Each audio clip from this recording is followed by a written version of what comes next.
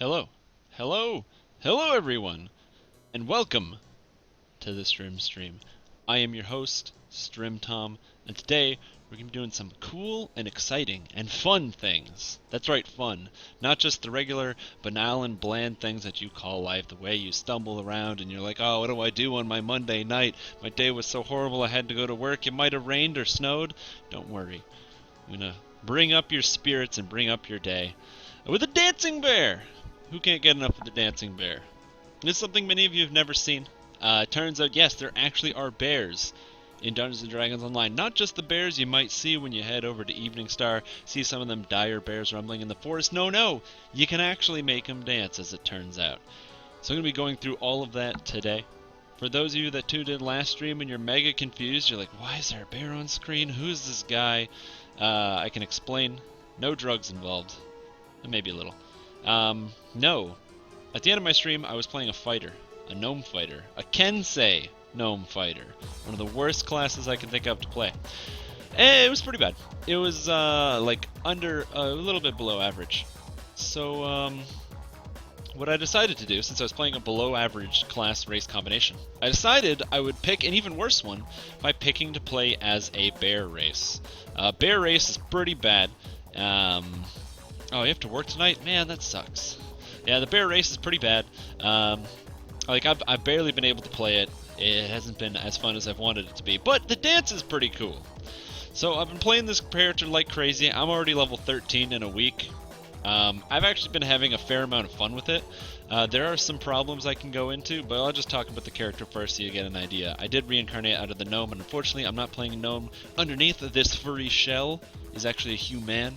So, yeah, no, it's not quite as small and gnome as it could be. So how does this character work? Well, it works in a couple ways. Right now I'm playing a druid barbarian fighter. I figured I want to be a barbarian, like bar with the bear, barbarian, like rawr. And it would be cool. Ran into some pitfalls. The biggest reasons for taking barbarian, you get rage, which makes you a lot stronger, a lot more durable. You also get stuff like out of Occult Slayer. There's 12 physical resistance rating and magical resistance rating right here, plus an extra 3 magical resistance rating.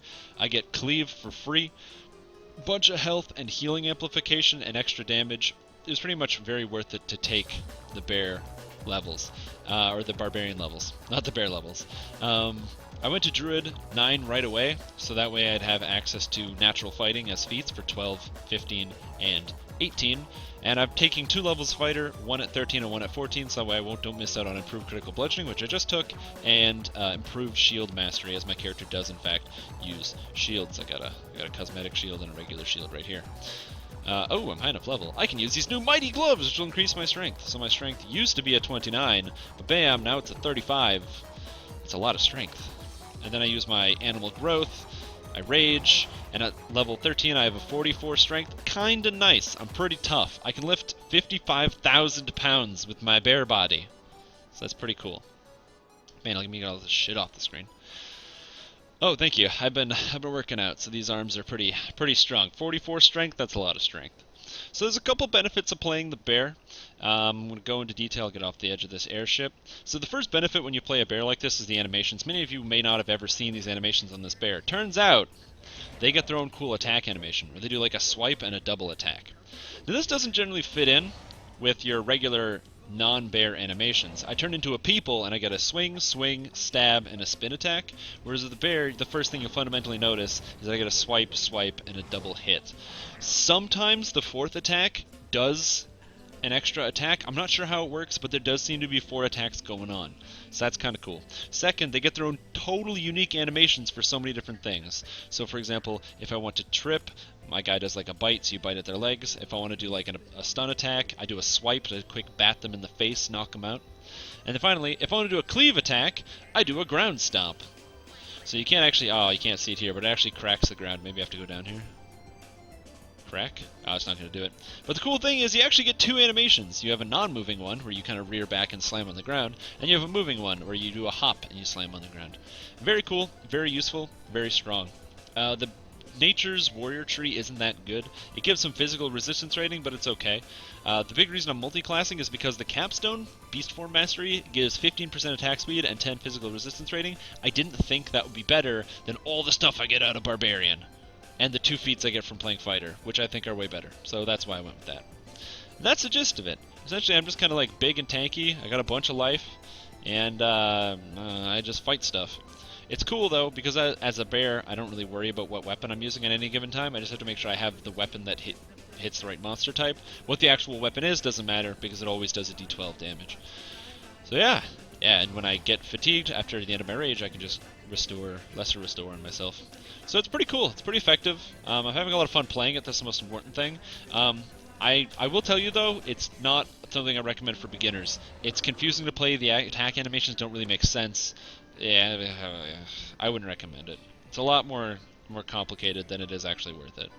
So, we're going to get into the gameplay here. I'll show you how it works to be a bear and to maul people with your bare hands. But first, I have to do my weekly gold roll. If you're like me and you're like, or if you're looking at me and you're like, wow, I want to get to a gold roll so I can win 2,000 experience points and 5 potions of greater heroism. That's right, 5 whole potions. Every single week, just go over and subscribe to Turbine and give them all your hard-earned cash. And then eventually you too can be the owner of 5 potions of greater heroism. Pay to win, boys. That's how we do it. It's not entirely paying to win, but we're getting there. Ooh, and I got what did I roll? Something good. I got a medium gem of good fortune. So I'm going to put that on the track. I'll chug that later. Anyways, do I have a lot of space? I got 26 slots. I'm going to start burning through some of my level 11 quests here, and I'll give you a chance to actually absorb some of the strength of this character. I think it's pretty good. Better than the fighter was comparing. I have a bit better area of effect, although my single target damage isn't as good. But I do a lot of damage per individual hit. And now that I've improved critical, I think it's going to do a lot now that I can crit twice as often. Do I have any level 13 items? I swear I did. I guess that must be my only one. I thought I had 2. I'm probably just crazy. 7 strength from one, or I have one item that's giving me 9 points of strength, which is a lot. So, yeah. Let me see what I can do here. Let's open up a group. Oh, Tempest Spine Elite. I'm not going to do that. Level 11s? Elite. I like to just put like a total. I haven't started any of them, so I'm going to be doing all of them. Probably not during this stream, but over the course of the entire stream. Where do I want to start? Let's start with Desert. So we're going to start with the Desert, heading over to, I believe it's Purge the Fallen Shrine? Yeah.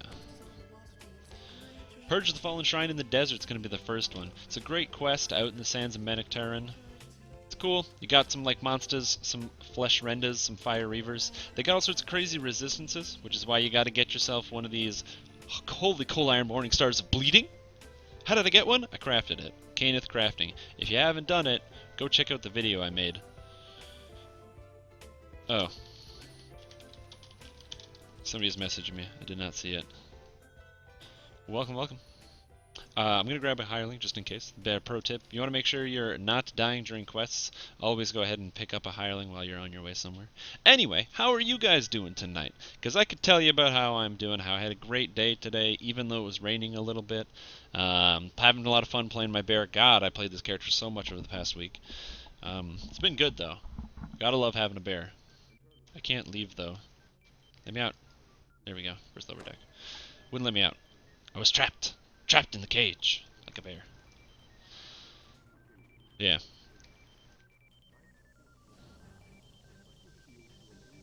I don't know. It's been pretty good.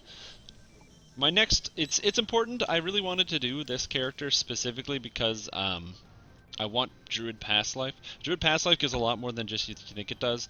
It is great because it gives you bonus like pet strength. Welcome, welcome. Heading up to the desert now. It gives you bonus pet strength. So when you're talking about like, summoned creatures, hirelings, that kind of thing, they're all a bit tougher.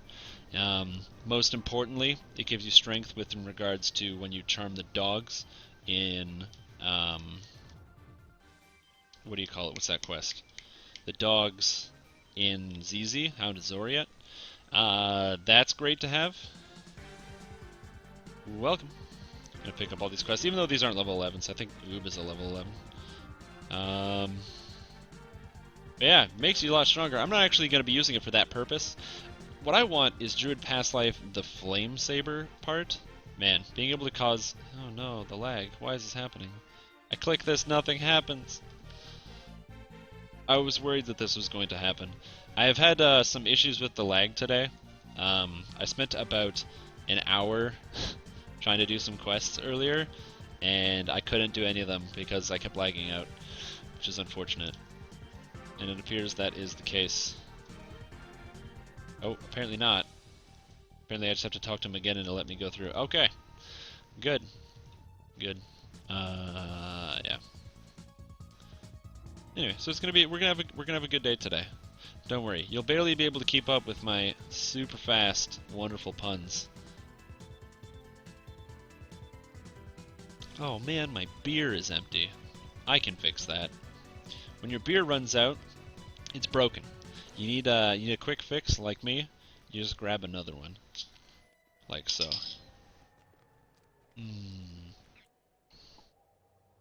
That's what I need. If I want to grow into a bear myself, you know, I gotta pack on the pounds. Also have to grow fur. Can't really get a good beard going though, so I'm kind of limited in that sense. This bear also has some spikes coming out the back of it. You know, I don't have like the spikes, the spines. I'm not a magical animal though.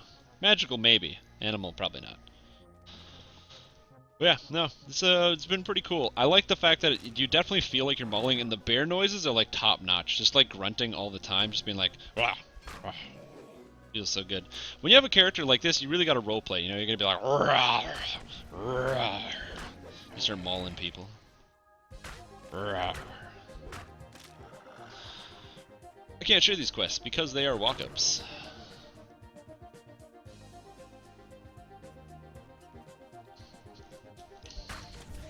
If you've never been to this quest before, to get into it in the desert, the easiest way there is you just hug the right wall for this quest.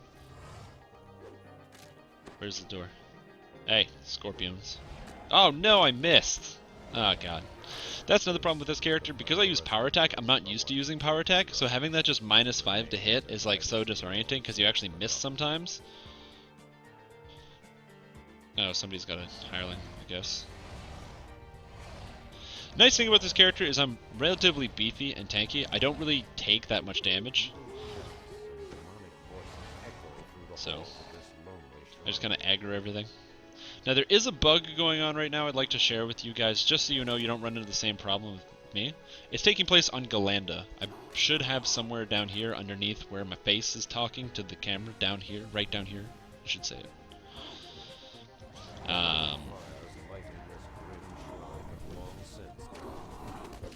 But yeah, so for stuff like this, oh man, I'm taking a lot of damage. Oh, it's just not the fire damage. I see. Die, monsters.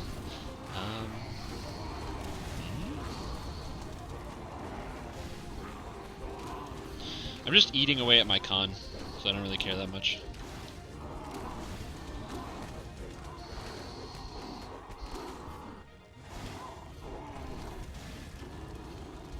The problem is it's that non-dodgeable damage that's the worst. It just hurts. Maybe I should fight them in smaller clumps. I don't know, maybe. But it goes so much faster when I fight them in like a big ball. I don't know what I was talking about. I got distracted. It seemed important though.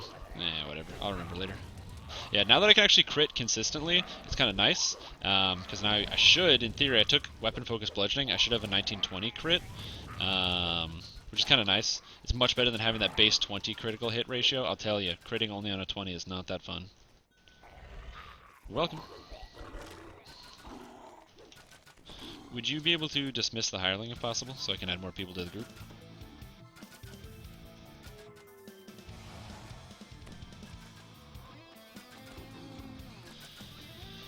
Yogi? Pretty good. Haven't found any picnic baskets yet. We're on the hunt for the picnic basket.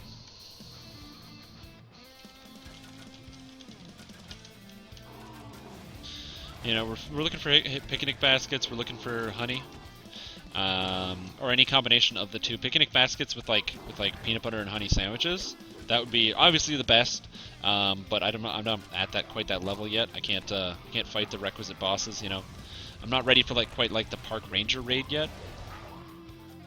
I'll tell you something though. I am smarter than your average bear.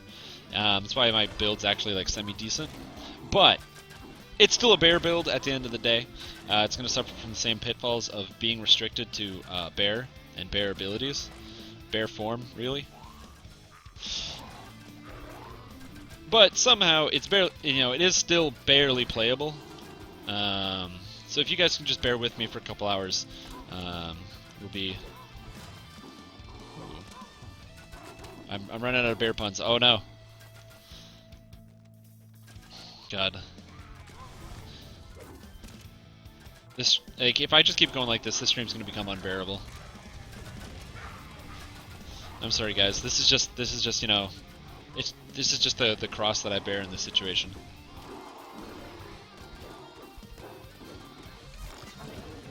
And to answer your question, no, I will not stop with the bear puns. Like I've barely gotten started. Although in theory, I'm really just saying bear a lot. I'm not saying things like barbarian or like the fact that I'm giving you guys a barrel full of laughs.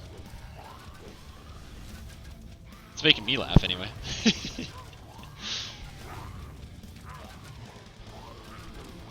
See, this is something you also got to be careful with.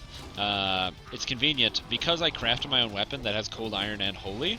I can beat the damage reduction of the guys here, the pyro demons, without having to worry about actually having like the right fang for damage reduction. This is really important because the artificer here buffed me with cold damage. Cold damage is great. The problem with cold damage is it doesn't actually it would take away my good damage if I had that on my weapon, killing my damage reduction. Are you close there, Draw Lad? We're getting close to the end here.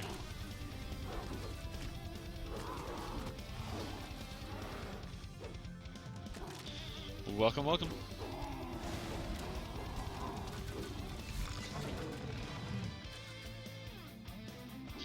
Yeah, bear time. Rawr. Going maul people. Now the nice thing about the bear, I'm still taking a lot of damage from magic, but that's mostly because there's nothing I can do about the magic. Melee, I'm pretty durable against. This character's got a fair amount of physical resistance rating, so I'm up at 66, which is pretty awesome. When I hit 14, it'll allow me to put on my dragon plate, which is really good. White dragon plate.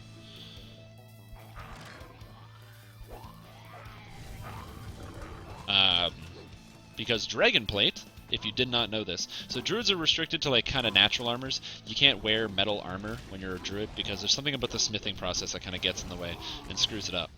So, or screws up the fact that it's natural. I don't know. Anyways, since that is the case when it comes to druids, you're kind of stuck using only animal materials. Dragon scales conveniently count as animal materials. So I'm hyped when I get my white dragon scale armor. Should give me a fair bit of armor there. Also physical resistance rating. White dragon scale gives fortification as well, which is pretty baller. The problem is you can't see it when I'm in bear form, which is like a huge issue because I'm missing the look, you know. It's really like one of the core things about any build.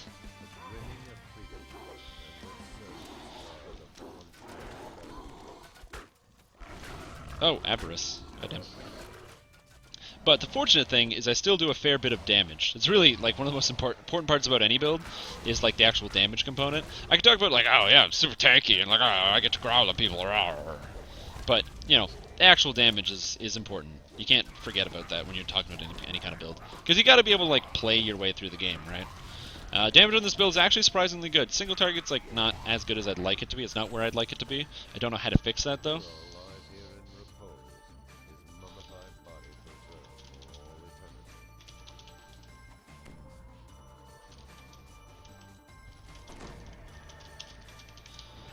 I'm gonna wait for those two guys to get in before we talk to the guy. Yeah, so any kind of build like this, you want to make sure you're maximizing your damage whenever you can.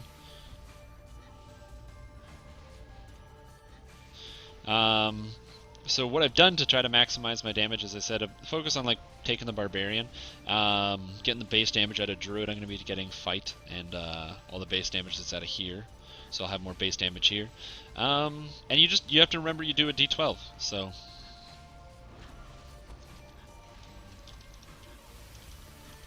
are you close? Everybody's made it here before Jarlhead, and I don't know where he is. Is he in the desert? No, he's not in the desert. Okay.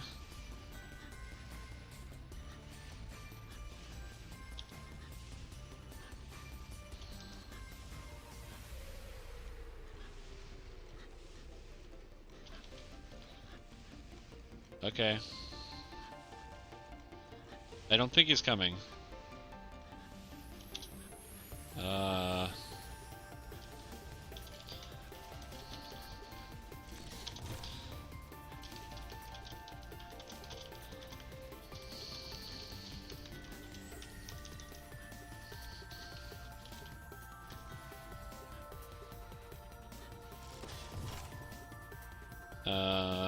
Anyway, how was my Easter weekend? Did the Easter Bunny pay me a visit? I don't know. How do I best answer this? Yes, I did have a pretty good Easter weekend. Did the Easter Bunny pay me a visit? Well, I'll let you be the judge by all these candy wrappers that I have here. Tasty, delicious candy wrappers. Also, it's funny. Did the Easter Bunny pay me a visit? Not really. So, but I do have this candy that I bought at the grocery store. So.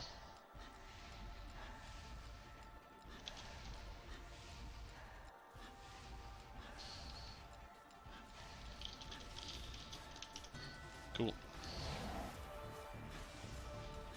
Alright, let's finish.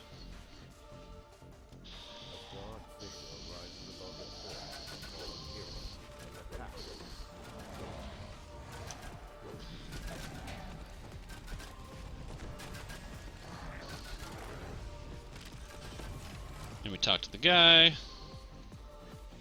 Blah blah blah, what now? And we finish the quest. Next one is the next walk-up. I'm pretty much just doing all the walk-ups in here and also offering a blood. Ooh, and an extra rem chest. So yeah, my Easter weekend was pretty good. Got to spend some time with the family, which was fun. You know, see some of my cousins, that kind of thing. Got some delicious, tasty chocolates. Man, I'm telling you. I've been going on this diet. Okay. Dungeons and Dragons is a big component of the diet. Like the Dungeons and Dragons online. Bear form. Trying to build some muscle so I can be a good bear. Which one is this one? I believe this is the Chamber of Ramat. It's in here somewhere. Chamber.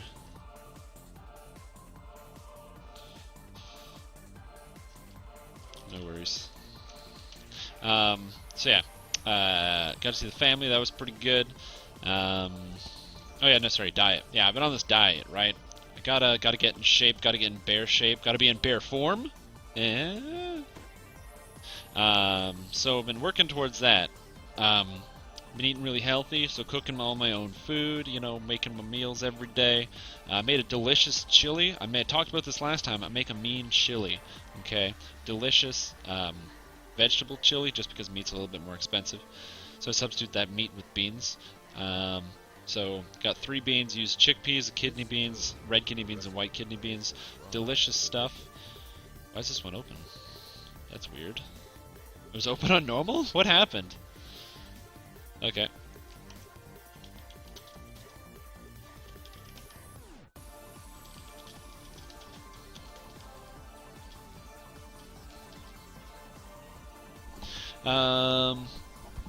Yeah, so then, what else happened? Yeah, so I'm making the chili, got lots of great vegetables. You gotta have all sorts of different vegetables, anything you can. It's cheaper if you kill your own meat. See, the problem is, I can't kill meat. Killing meat would involve, like... Is it cheaper? It's because you have to think about the entry costs, right? So I'd have to, like, buy, like, a knife or a gun. Both of which, again, have relatively high entry cost. Because I don't have one of those things. Okay, I have a knife, but I have, like, a kitchen knife. I'm not gonna, like, go outside with a kitchen knife and just start stabbing at animals in the forest. Now, if I was a bear, okay, I would head over to the river and just stick my mouth out and start catching me some live creatures. You know what I'm saying? I would do that. Catch me some delicious salmon, you know, swimming upstream. That's a good idea. I like that idea. Um, Again, expensive. So I think it's the introductory cost. Plus, I'd also need a hunting license if I was to try to go get my own meat. I mean, if I got in a bear suit and pretended to be a bear, I think I might be able to get away with it for a little while. But somebody would catch on to me at some point. Yeah, so that would be make it a bit more complex. And because I need a hunting license, those are expensive. Then I have to go at certain times of the year. Yeah, the license would probably be the thing that would cost the most out of all of those things.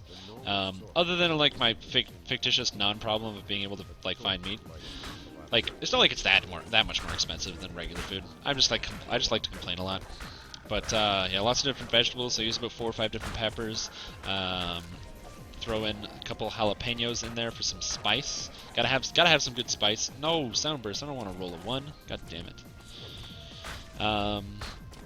Yeah, throw in some jalapenos in there. Give it a bit of spice. Lots of cumin and chili powder. A little bit of, what's that one powder? Or cayenne pepper as well. Give it lots of spice. A cucumber and a zucchini, because you can't have one, you gotta have both, I'm telling you. Take all that stuff, lop it together in the slow cooker. And I'm telling you, you got a recipe for flavor and happiness. Not disaster. Not a recipe for disaster, but deliciousness. All my spells are gone. What happened? These guys dispelled me, those jerks.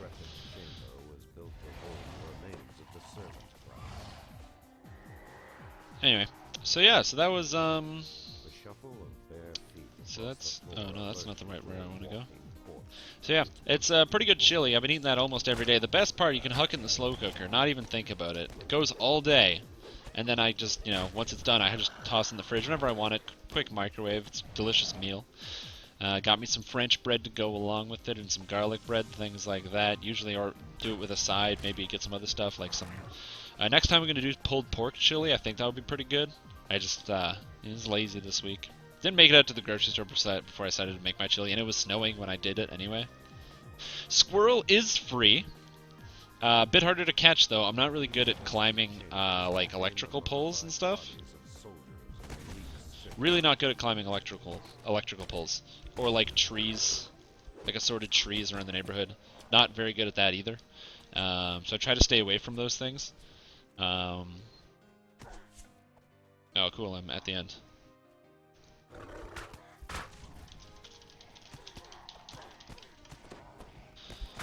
Where's my team? Where's my team? Oh, I completed Ghast Hunter. That's kind of cool. A slingshot. Whoa, whoa, whoa, whoa, whoa. Like, you think I'm like Link or some crap from like I'm just gonna get out there with my slingshot and be like, pew, pew, pew, taking down all the squirrels, getting me a tasty snack, tasty meal. I think your expectations of me are a little high.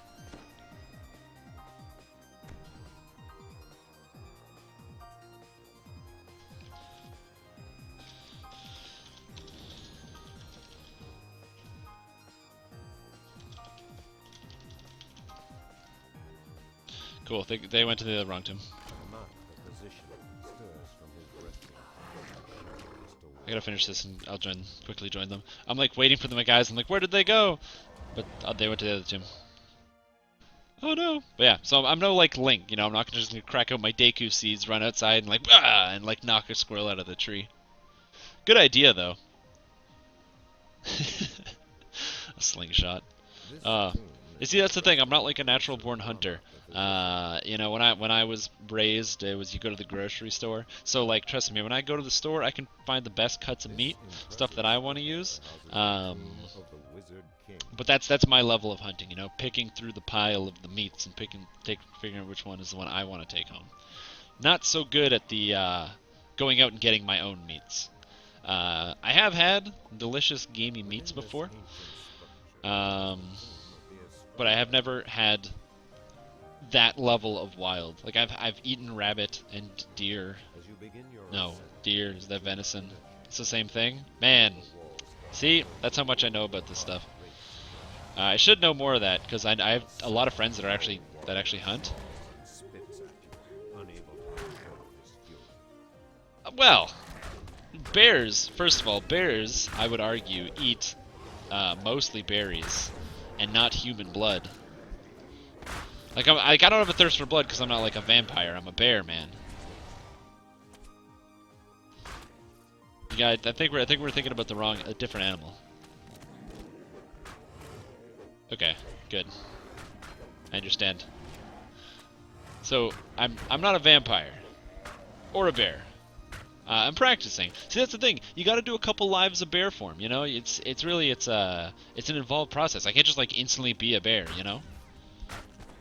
One day I will become a bear, and you will rue the day you judged me. You know. You'll be like, man, there's this guy just mauling me and tearing my arms off. Look at the pure strength and power, the brute force employed by this man creature, this bear, this furry thing. I'm telling you, it's gonna be a good time.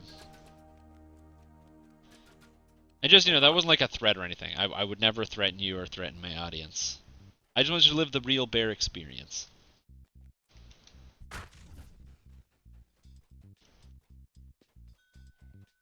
Oh no, how'd he die?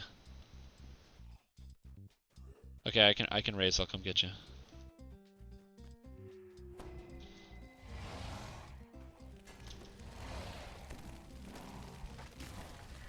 Oh my god, where did all these monsters come from? Whoa! Whoa! Whoa! Whoa! Whoa! Whoa! Whoa! Whoa! Whoa! Okay, I gotta use one of the store potions for this one. I do not know what happened there, but that was 40 something damage. No. Yeah, you get knocked down, wizard. That's the one that hit me. That did 40 damage. Oh my god.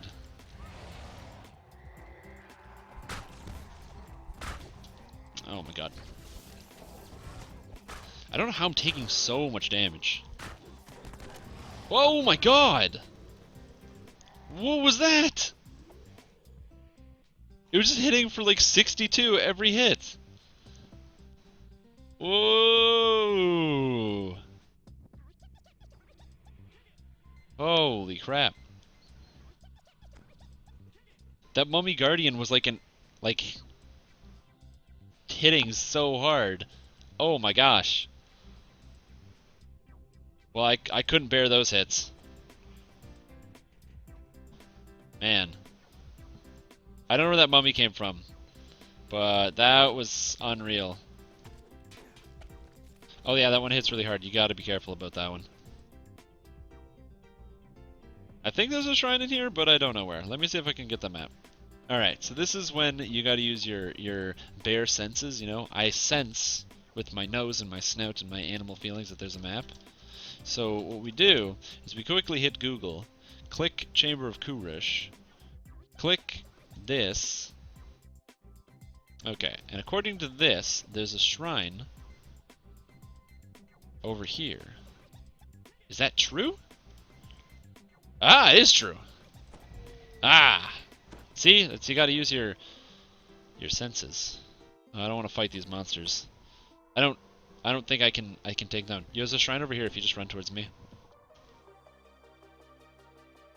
Just gonna quickly just cast on my buffs, get myself all ready to go. Buffed up. Enter my bear form. Cast my last two animal-related buffs, and bam. But yes, you do actually stay in bear form when you enter the water. So it is a good idea if you want to go hunt for some salmon. Like I said, you go out and you just open your mouth and they just jump right in your face. Pretty sure that happened in Brave. Like the mom gets turned into like a bear. Where's my team? I'm gonna go help him out.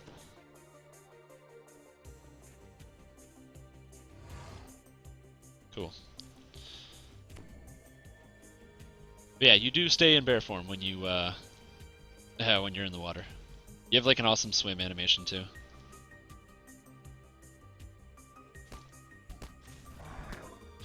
Anyway, so if the AFK guys, whenever they get back, they'll be able to resurrect themselves. They'll be at the shrine. Oh, I got Rickety Rack? Oh, I didn't get Brazzer's Stone. Brazer's Stone? I thought I got it. Oh, sorry, dude. Did I miss your stone? Oh. Ah, I see it. Okay. Yeah. It's all about collection. Be diligent. You just gotta sniff them out. It's actually a bear paddle because you do like this very heavy wiggle. It's like this wiggle animation. Because you're always looking at your bear from from behind, so he kind of like wiggles his butt as he swims through the water. It's very funny. It's a very funny looking animation. Welcome.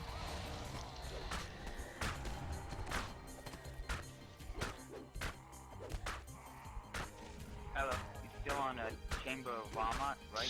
No, run Kurush, the next one. Oh, wow, I took a lot of damage when I wasn't looking. Sorry, I hadn't updated it because I just ran over. These dusty chambers contain the mummified bodies of soldiers. I'm taking a lot of damage right now. Don't entirely know why. My bear was not taking this much damage before. Something happened.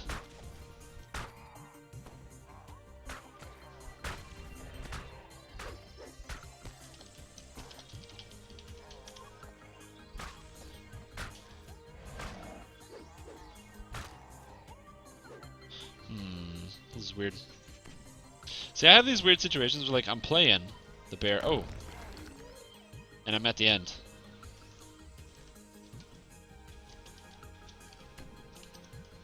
But having these weird situations, same thing was happening. I was trying to figure out my damage. It's like I knew something was calculating wrong with the bear. I ended up figuring it out. Turns out that the W from your weapon doesn't apply in any capacity to your bear attacks. So if you think about like your weapon here, so this weapon, the only thing that applies off of a weapon like this to my bear form is the holy part and the bleed part and the +5 and the cold iron. The paragon weapon, so it gets the extra point weapon, like all that stuff, the 1.75 weapon is totally meaningless and does absolutely nothing. The increased weapon die, totally meaningless because it affects the weapon and not actually the bear claw. So you might see some guides out there, which is what I originally thought, that you use like a bludgeoning weapon and shillelagh is going to don't go in that room over there where you're shooting, because the boss is there. I just want to wait. But I was under the impression that if you use shillelagh with a bludgeoning weapon, it gives you more weapon damage, which in turn gives you more attack. Doesn't work out that way. You should always just use Magic Fang when you have the opportunity. Which is what I do. Now, I learned that. Because I kept thinking about it, I'm like, I don't understand, because with my bludgeoning weapon, I had like almost three Ws, 3 weapons, and I'm like, then I should be doing 3 D12s on every attack, right? That would be crazy damage. But that's not actually the case. It's just a flat D12. Doesn't really scale that well, so I don't know how to deal with that. I think there's weapons that can actually increase your natural attack damage, like some druid abilities. I know that if you have anything that increases like your unarmed damage, like a monk's robe, like all the robes and stuff you can get as a monk. So like there's like the reinforced vestments or something like that, or reinforced fists, I think is like a stat. It's on a couple different items. I think one of them actually comes out of the Lord's March chain. Welcome. We're inside the chamber of Kurush. That was weird. When you joined me, it zoned me out of the game for some reason. Like, why did I stop? Oh, that's weird. So we're just gonna wait. While we wait, we're gonna show off the bear I don't know dance. if it was related or it's just like a weird coincidence. Yeah, it could be both. We'll wait till you get in before we finish the quest. Yeah. So because I'm playing this bear, are you guys playing anything cool? Because I think this bear's pretty cool. I'm having a lot of fun with it. It may not be the greatest thing, but it is pretty entertaining. Yeah, I shouldn't be more Are you guys enjoying your any of your questing experience? You playing any cool characters? Anything new? Something maybe you're trying out a class you haven't tried yet? Because I'm always in to hear about stuff that other people haven't tried yet.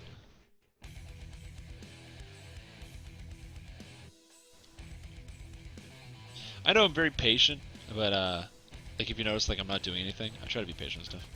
Dragon Ball Z Monk. Nice.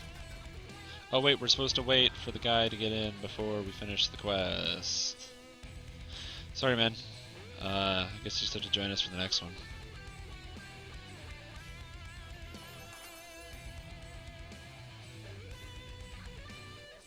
Ah, no biggie.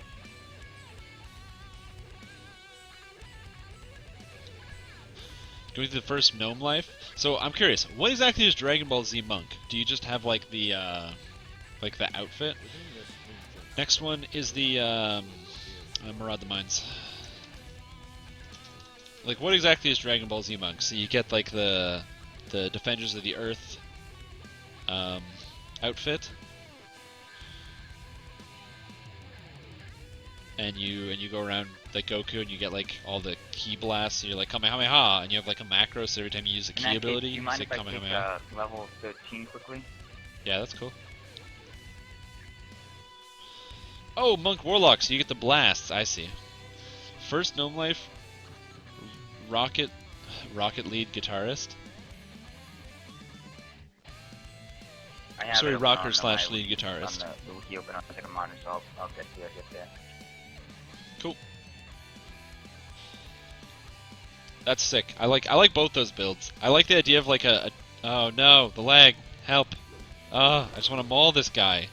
Let me maul him. Let me get him. I want to maul this guy. Got him. Okay, now I want to go up this hill. Come on, bear. Let's go. I want to go up the hill. Do as I tell you. Int-based favored soul bard rogue. Is there a rare up here? No, I can't see around corners, but there's no rare. Okay, we're Holy good. crap, Batman. I know, I'm trying so hard to move around.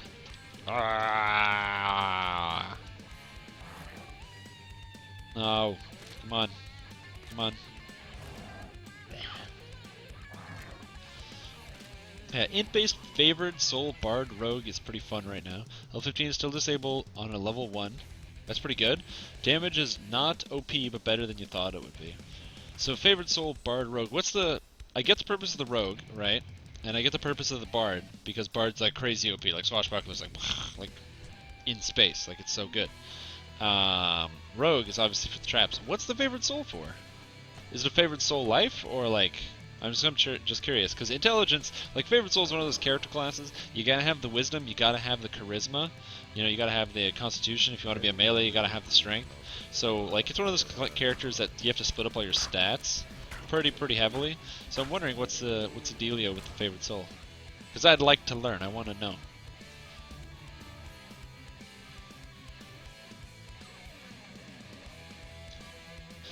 I do like the rocker lead guitarist though. So I'm assuming you're playing like a bard gnome because you're a rocker gnome. Unless you're talking about yourself in real life, where you may or may not be short, which is also cool. No hate against short people. The air in the mine is thick with choking fumes. Its walls black with coal dust. No, I'm hitting you. Yeah, good. This lag is like murder. I'm just hoping I can continue to be able to like do these quests. If I end up lagging out tonight, I'll probably take a break, but...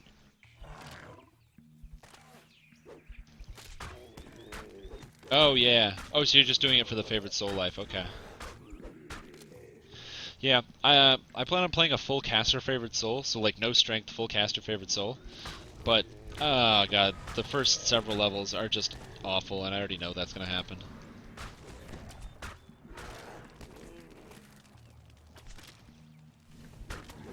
Ameliorating Strike is awesome though, because it's a D2 per level, and you also get like your devotion on it, eh?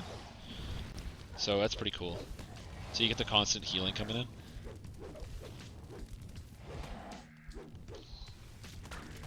Die, Firebrand Knolls. Another thing I did on this character is I took Stunning Blow. I wasn't sure how useful Stunning Blow was going to be, but with a strength of 44, Stunning Blow is really useful and very consistent. So is stuff like just like Trip. I have a Combat Master item, so makes it a bit more consistent. Ah, things happening after I do them. Stun. Yeah, take that. Yeah, that's both a cool idea. It makes sense that you would go int base because then you can just put points in the Harper tree. Although, since you're putting points in the Harper tree, doesn't that mean you're kind of like really splitting up your points? Like, what trees do you focus on? Oh, it's true, it works in anti-magic areas, so like when you're being hit by a beholder. That makes sense, I didn't think about that one. That's really good.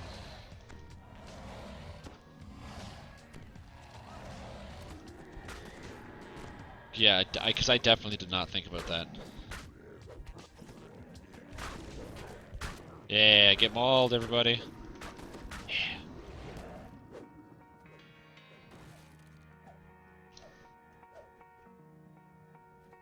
Like, how get to level 30 on my two-handed fighter Pally at level 27, or epic TR, or an epic TR getting 3% double strike, or TR now. You'd be surprised how good 3% double strike actually is. 27 to 30 is not too bad. That's maybe like a couple days of doing your daily quests and maybe a saga. So, you know, you do your run through of like Von 3, Von 4, Wizard King, Oob, Spies, Two-Toed, What Goes Up, and Mirror. You do those quests, and then you also maybe run like a giant hold saga or something in between as well. And that should get you pretty close. I'd recommend doing that if possible. Because you do get it. Plus, don't forget, it's not just 3% double strike, you also get a total of 2, you get 2 armor as well. 2 armor class. It's not too bad. Focus on Harper Tree, small steps into Swashi, and at level 16 you go more into Bard and War Priest. Okay, yeah, that makes sense. Well, with Swashbuckler, right, you only need 6 points. Or, no, sorry, you only need, I believe it's 13 points in Swashbuckler. Is it 13 points? Yeah, you need 13 points in Swashbuckler, and you get, and a Buckler, and you get 16% dodge, because you get the dodge from the beginning of the tree, 10% dodge from a Buckler, and the dodge from Swashbuckling. Just in case I get Polar Raid, I'm going to use my Blood Tribute. That's another thing that's really nice about taking the Barbarian levels. Blood Tribute's just awesome. Getting that free 52 damage resistance is really nice.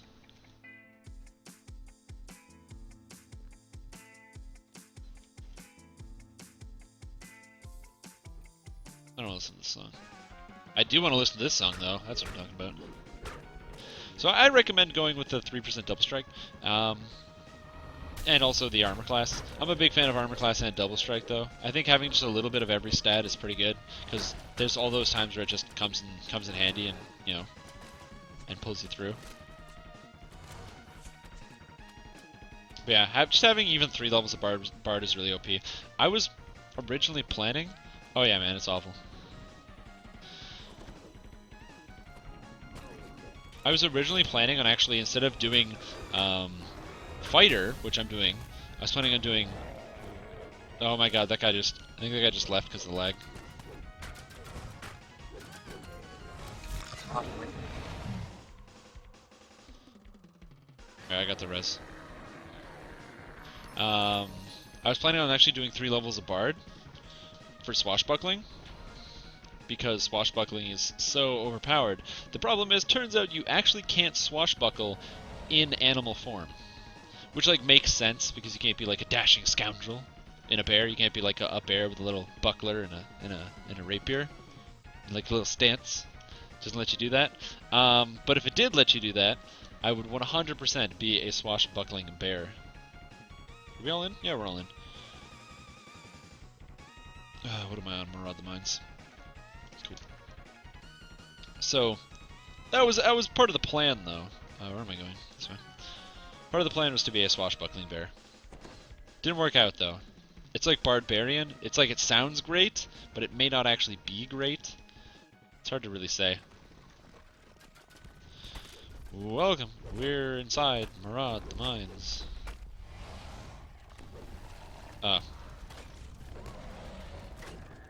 Gotta maul the earth elementals. Oh god, the pain this earth elemental brings me.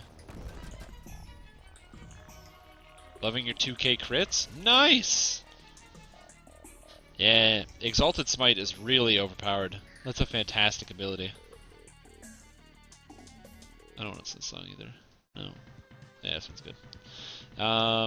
Yeah, Exalted Smite's super cool. Just all the extra crit damage is so useful.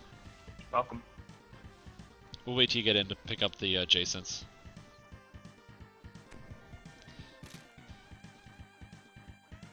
But yeah, Exalted Smite with like Kopesh's, that kind of thing, with the extra crit multiplier, or even better if you're using heavy picks. Oh man.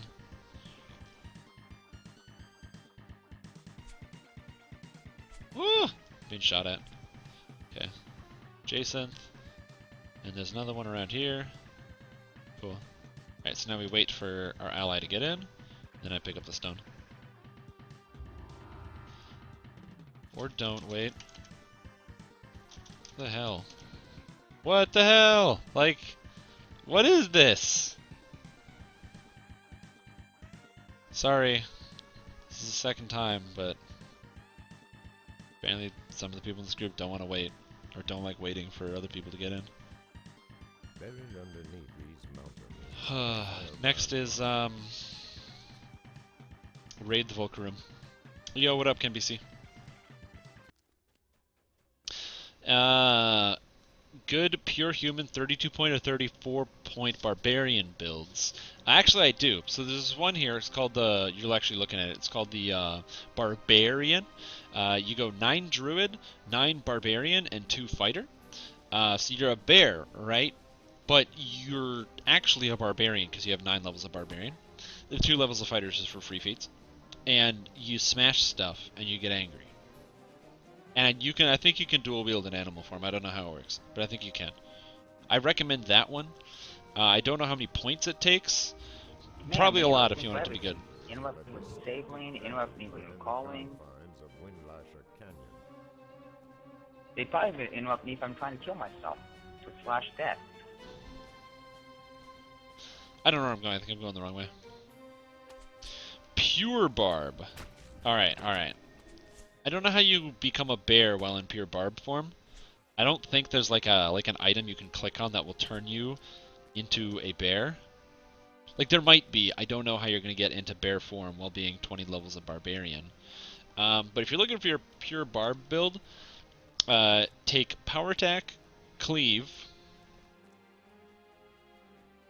improve critical slashing, two-handed fighting, greater two-handed fighting, improved two-handed fighting. If you have other feats that don't matter, I can hear and see typing, but I can't say something in party. Typing. Did you call to get the...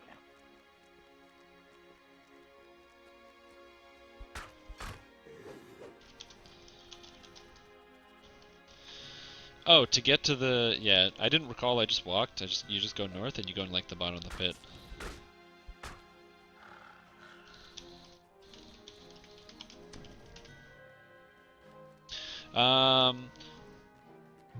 You seem to get pretty far, and I was wondering...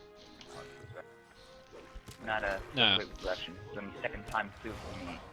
Oh, no. Barbarians have fast move speed. I'll wait at the entrance to the shrine so you'll know where, or the quest, I know where it is. Unless you're following the I club. have the wiki open on the second monitor, so I won't get lost, but I'm not going to be necessarily the fastest. Yeah, if you accidentally fall in the pit, that's okay, because the big pit, the chasm, leads to the quest. And then once you're playing... If you're talking about the one inside the quest, yeah, I know there's Alright.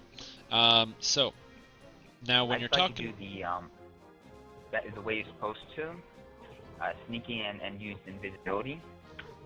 I got messed up because one of the ones that I had to sneak by was a champion.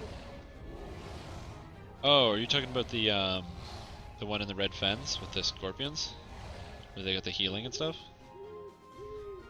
Oh, there, yeah, sorry, I was thinking about the wrong one. Ugh. The Volker, I kept thinking about that, and so I was confused in the two for a second.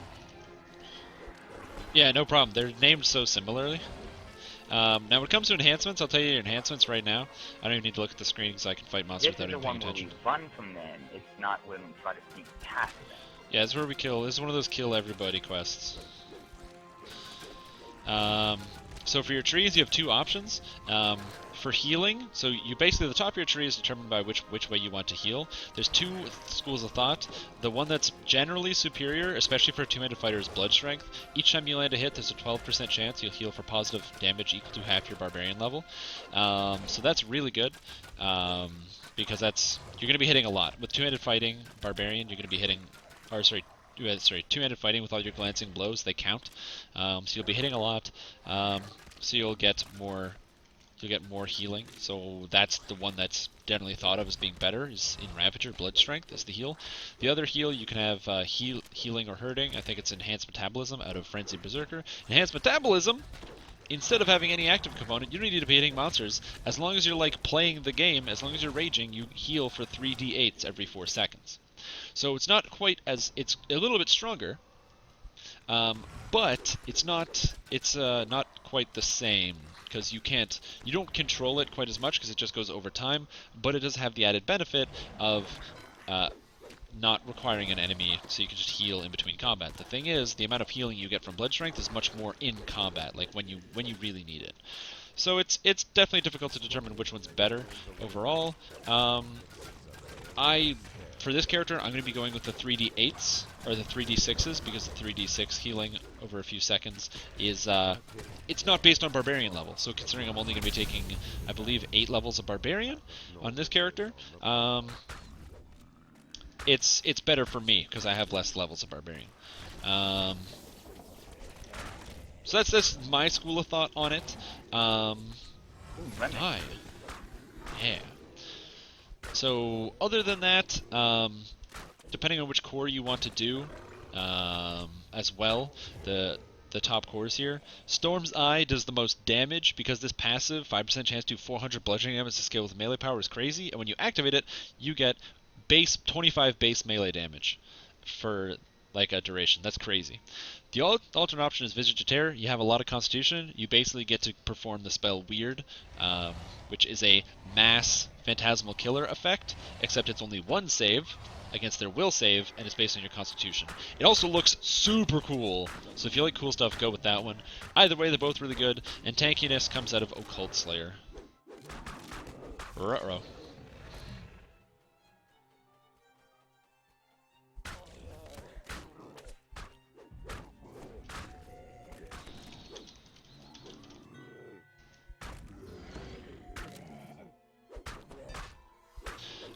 So yeah, that's always an option. Yeah, Druid Barbarian. Is it interesting? Well, when you say interesting, you have to bear in mind that the essence of this build is in the Ursine race. Okay, it's not just Druid Barbarian with also one level of fighter. It's mostly this character is in fact an Ursine, a member of the bear family. You ever see that Pokemon, that Teddy Ursa, and then it evolves into the mighty Ursa Ring? That's what I'm talking about right here. We got an Ursa Ring going on. So I'm a big bear. I maul people, mostly for fun. Also sometimes because I have to protect those that are around me and stuff like that. I'm mostly just a cold-hearted murderer. Being a bear makes it way easier to cope with the fact that I'm a cold-blooded murderer because you kind of just lose yourself in like a bloody frenzy. So as your face is like covered in blood and there's body parts and arms and legs everywhere. Like I said, it's a better coping mechanism. Hey, no healing, only dying. But it is pretty fun. Yeah, man, I'm telling you, I'm an Ursa Ring.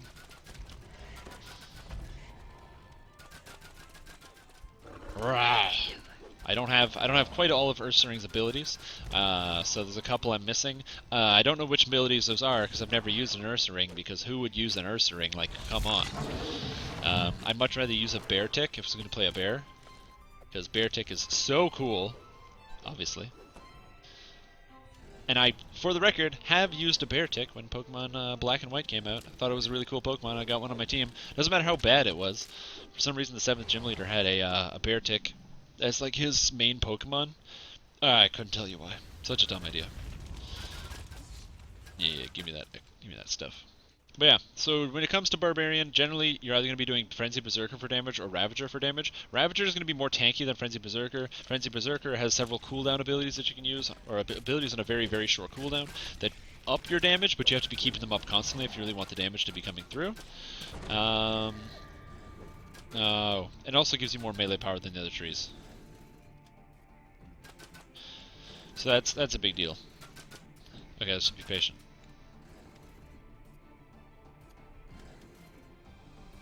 Good. Cool. And the last one is Offering of Blood. Yeah. So Barbarian, it's hard to choose which one you want to go with. You could also go Occult Slayer if you really wanted to. That's like an option, but the capstone of Occult Slayer doesn't kill people, right? That's really important. The capstone of Occult Slayer gives you spell resistance equal to your Constitution score.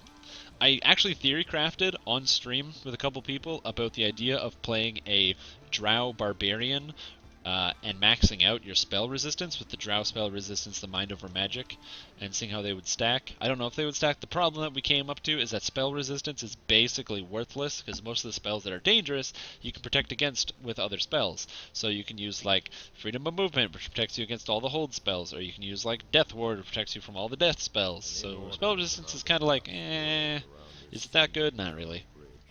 So we kind of just gave up on that idea. It's kind of cool though. 15-5 Bladeforge Paladin Wizard Thoughts. End up with a Spell Sword Frost Toggle. Get Scion of Water and Glaciation. Seems fun, but I'm not to 30 yet. I can link the full build if you want to see it. Be using Eldritch Knight. The EK is so underwhelming. Yeah, so the big problems you'd have there is you're putting any points in the Eldritch Knight tree. So I'm just going to quickly go over why that's a bad idea. First of all, your toggles, your imbues, do not scale with character level. Just so you know, they do not.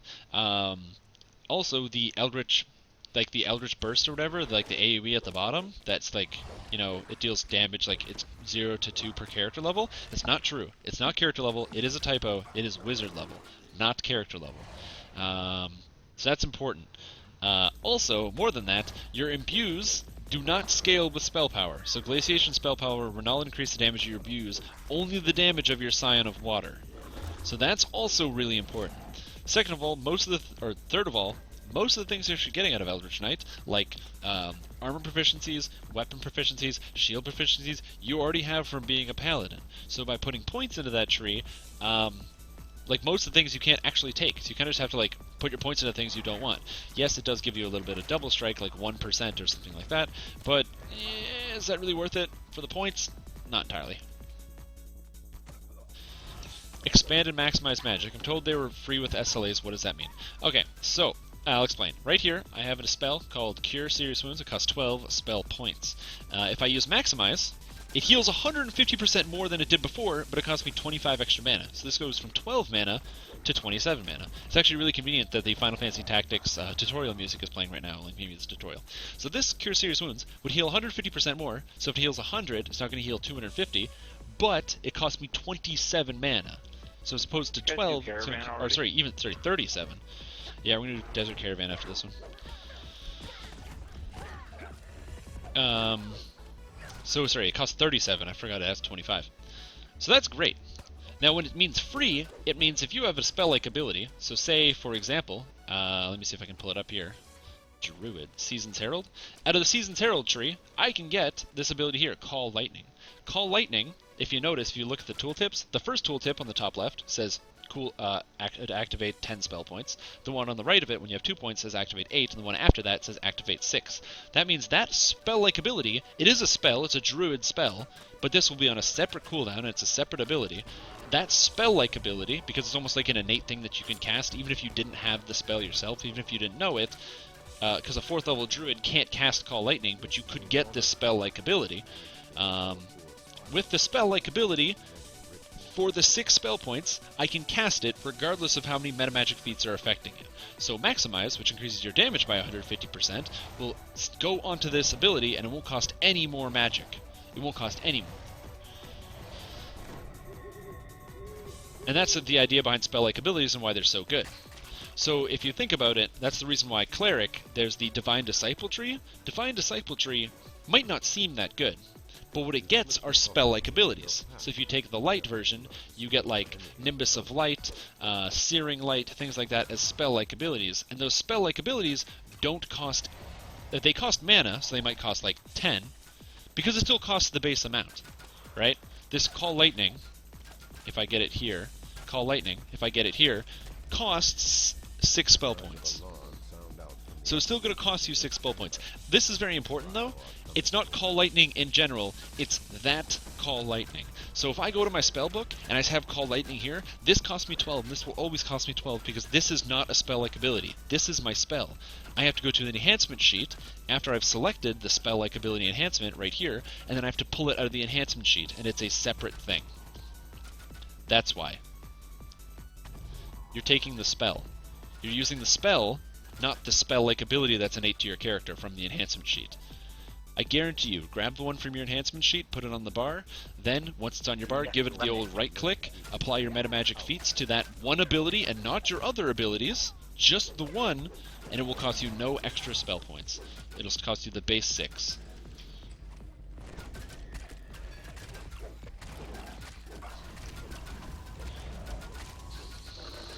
Are we doing ops? Yeah!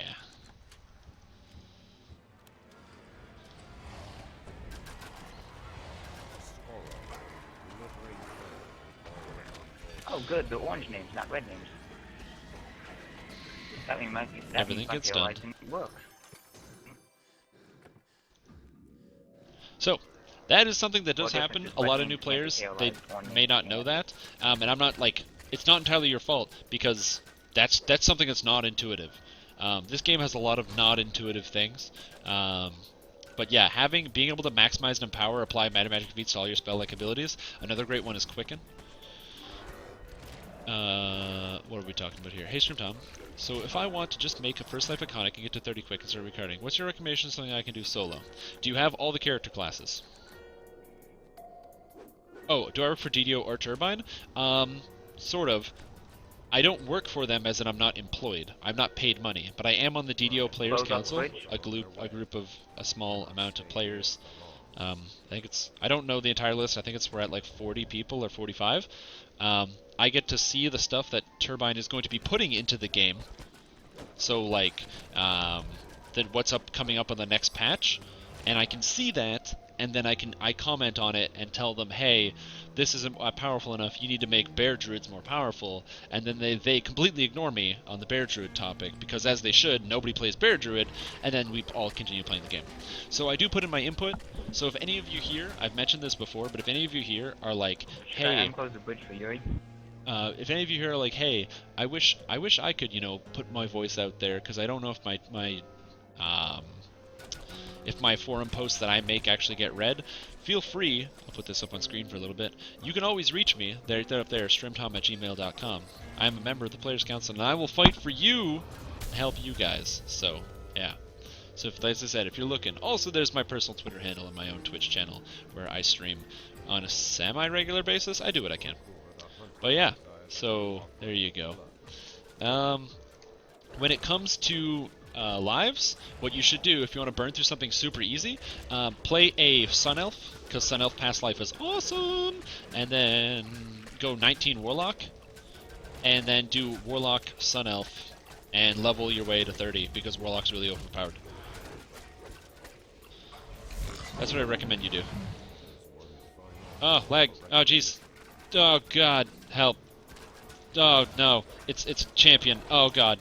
Oh, God. Dark Stinger. Oh, jeez. The forever loading screen is a bug.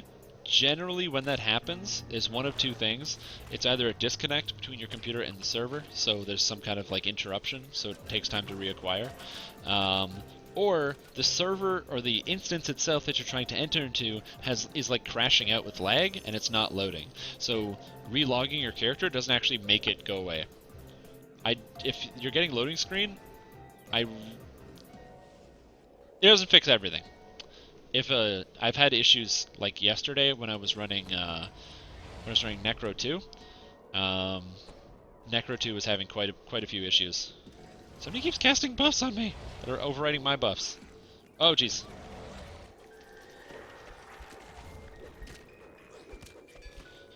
Smash. Bear smash. So yeah.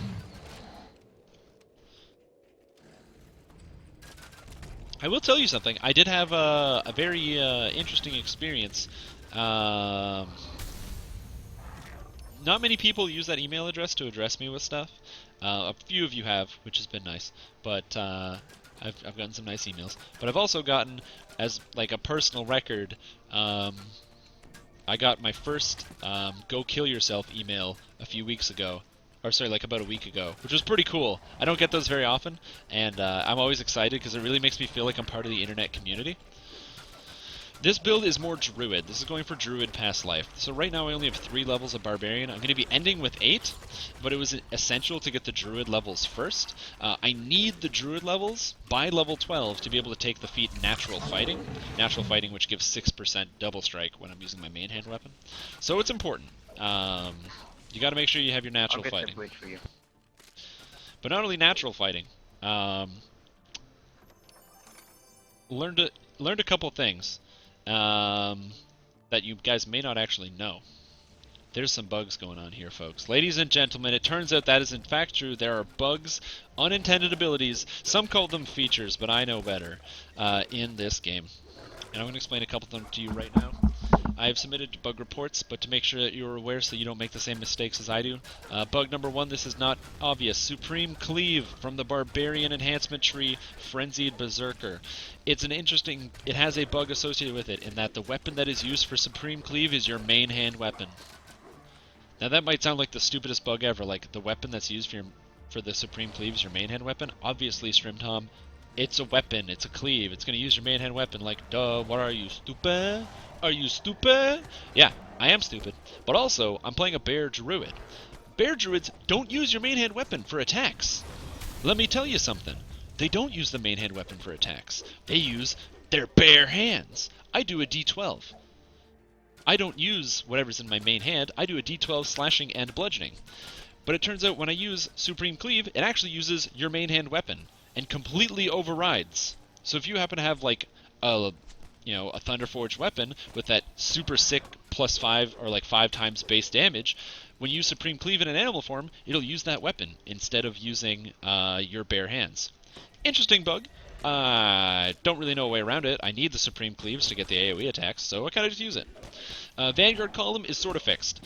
It will not display. It doesn't display, but it does work. So if you put the points into it, the damage, everything you take out of it, does work. So the damage, the armor class, and the hit, they all apply. But the damage and the attack don't display. The armor class does now display. There was a hotfix about that a little while ago. I updated the wiki, so it should say that. But yeah, Vanguard is, you can now take the left column and do ridiculous damage. So that's important. The second bug, this one's obscure and strange. It's obscure and strange because it involves an ability that nobody's ever heard of called Intimidate.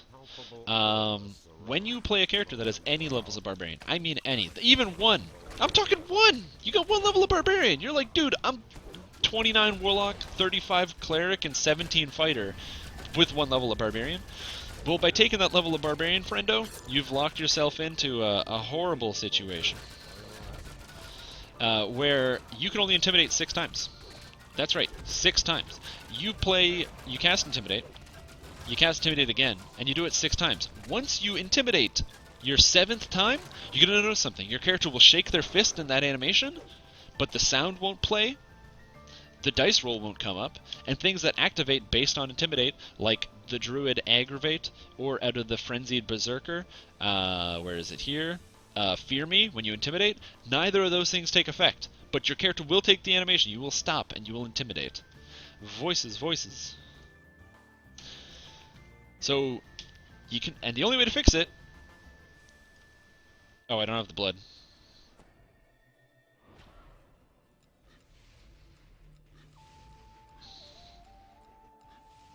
If you got the blood, talk to the person. Who's got it? But yeah, so, like, it's kind of unfortunate. The bear is super tanky. I'd rather be able to Intimidate and keep aggro off of my allies, but I can't actually do that. Additionally, Aggravate, right here, gives me damage reduction.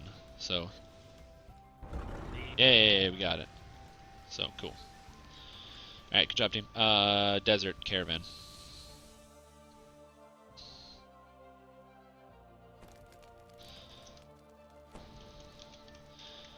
So yeah, if you plan on playing an Intimidate character, this only applies to characters with any levels of Barbarian, by the way. If you have no levels of Barbarian, you can Intimidate as much as you want with impunity. You can just stand there. I tested this for about 3 hours in the waterworks on kobolds, and without any hesitation, with no stops, 100% success rate. If you press Intimidate 6 times, and then a 7th time, if you have any levels of Barbarian, I made different characters, all sorts of stuff, it will always break with the 7th one. We did Purge the Fallen Shrine. That was the first one we did.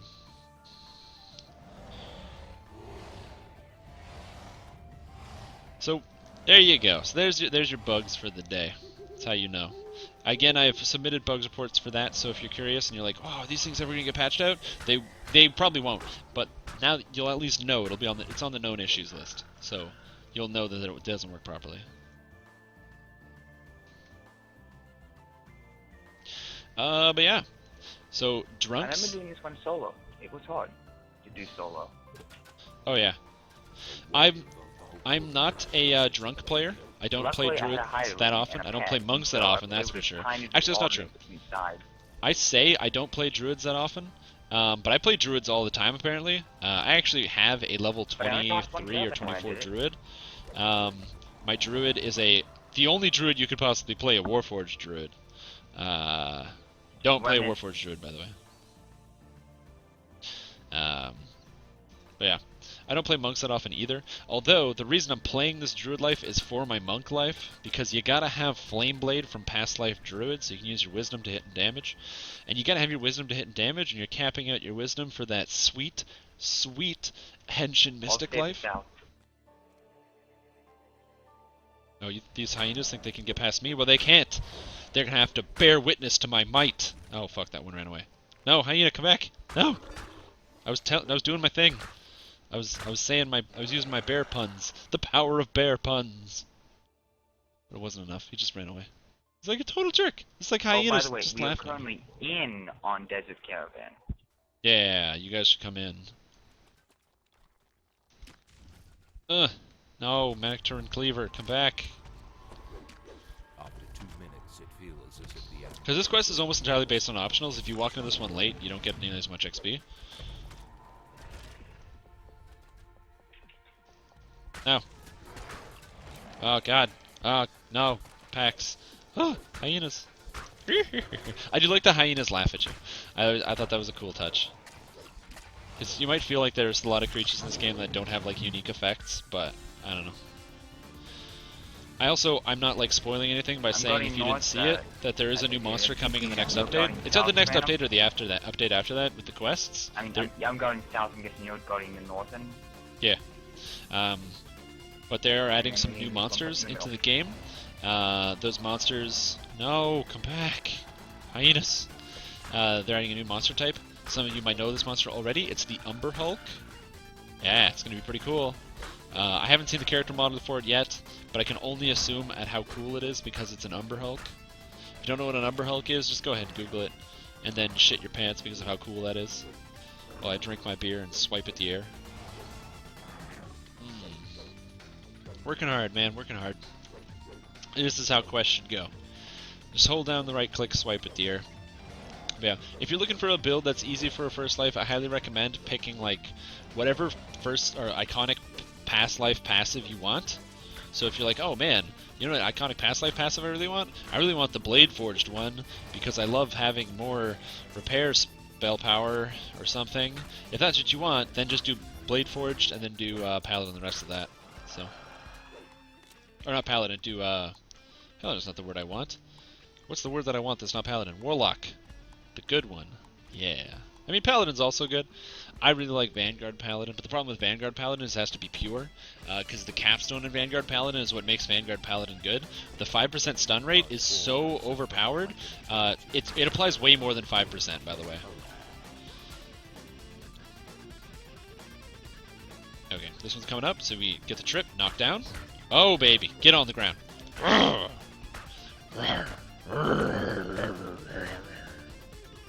Yeah. Get him Give him the old 1-2, the ball. Free-to-play players, what advice do you have for them? You know, the problem with when you do free-to-play is you're limited by your classes, you're limited by your races, and even the quests you can do. And when you can do those quests, sometimes they're hard and you don't know what to do in them.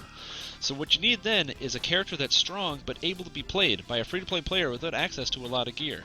You'll read a lot of guides and they'll tell you, oh man, you gotta get this item, you gotta have this stat, you gotta have all these different things. I'll tell you, there's actually a way. There's a way around that. There's a build I heard of that's free to play, does extremely high damage, and incredibly solo-friendly. I tried it, soloed the entire game. This one right here, ladies and gentlemen, this one right here. It's the Acid Arrow Ranger build that I wrote, guide that I wrote. It might sound silly, like, Stream Time, of course you're gonna talk about your own build guide. Look at this guy, promoting himself constantly. What is this? Does he have no shame? No, other than the fact that I don't have no shame, thank you very much, and I will continue to have no shame.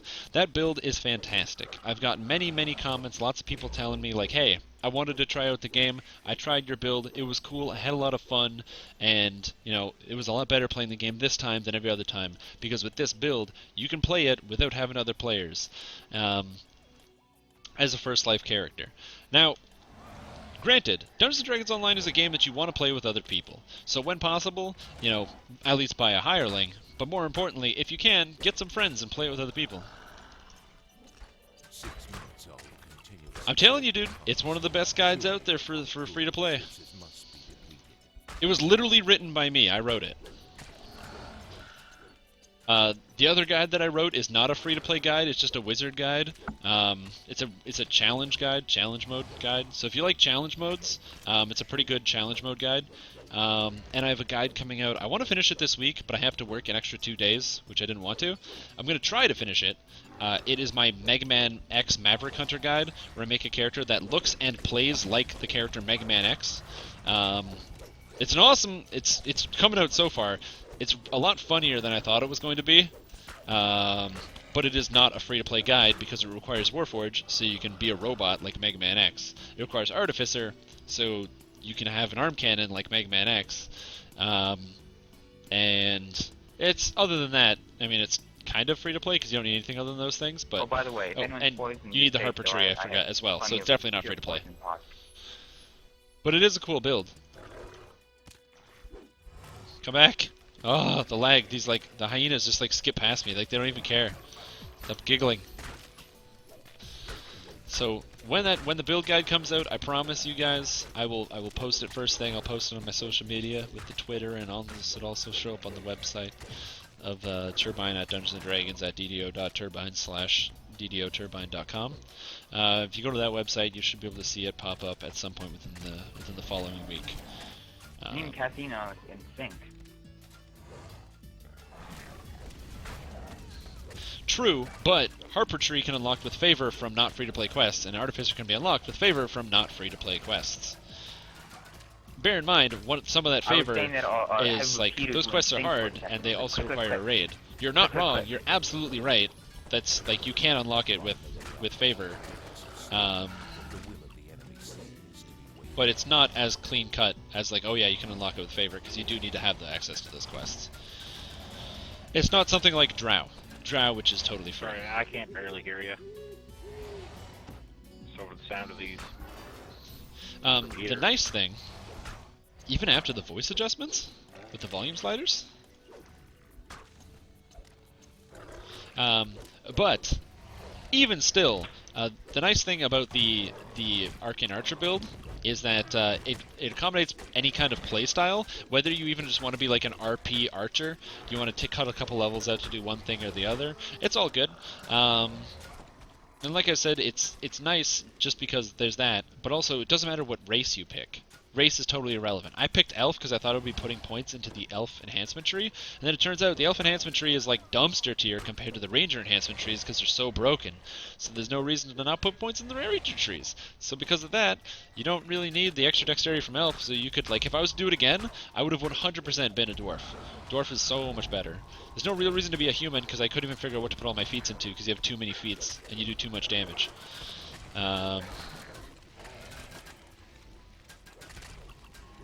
So yeah, it's cool because you can be like, well, I want to play this guide, but I want to play Warforged. Do it. Highly recommend it. As I said, I myself would have played a dwarf if I did it over again. I haven't. I have a ranger who's like level 11 right now. I want to get it to 12 so I can play around with Final Strike to see how good it is. I've heard from people that it's terrible, so we'll see. I love to tinker around with it though, to see if it would actually be good. The big issue is I don't really cap out in that tree, so that build doesn't take Final Strike anyway. Like, you wouldn't have access to it. I don't think it's worth it to give up the top tier of... Oh, no! Get away, Hyena, stop tripping me. Get up! Get down! Take this! I'll trip you, bastard! Stupid Hyena's gonna take down a bear? I don't think so. Okay, cool, now we talk to the woman.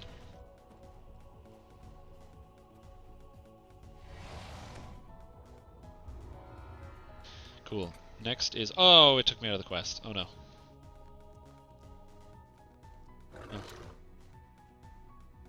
Oh. Yeah, I'll wait. I'll stay in until you come back. I didn't realize it was going to happen when I talked to her. After this one is our Whispered one. Spawn a Whispered in? Yeah. Yes. They are... Whoa, nice bracers. Yeah, I got my chest.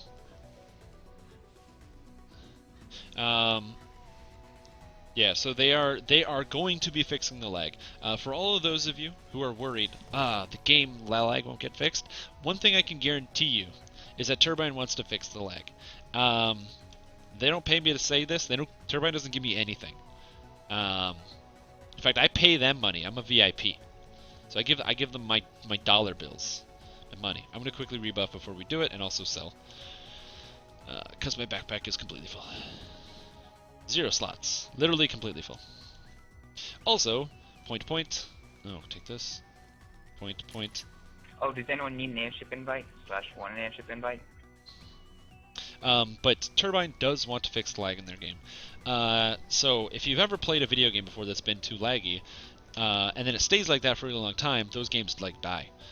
Turbine doesn't want that to happen. I don't want that to happen. So they're spending good money. They've got good people working on the problem. Is the problem fixed right away? No. Is there still some lag issues? There are still some lag issues.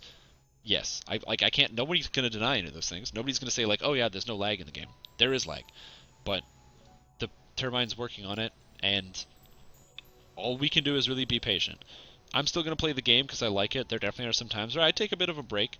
You know, actually, I'm not even going to say I take a bit of a break because I managed to get a character from level 1 to 9 in 6 days, while working 40 hours in between, and doing other things, and visiting family and Easter. So maybe I play this game too much, but I don't know where it's going with this.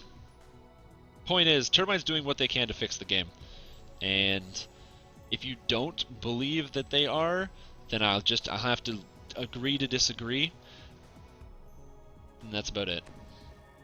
I'm making a 9-1 Warlock Cleric Sign-Off. Give me a quick build overview of feats, skills, and enhancements. Yes I can.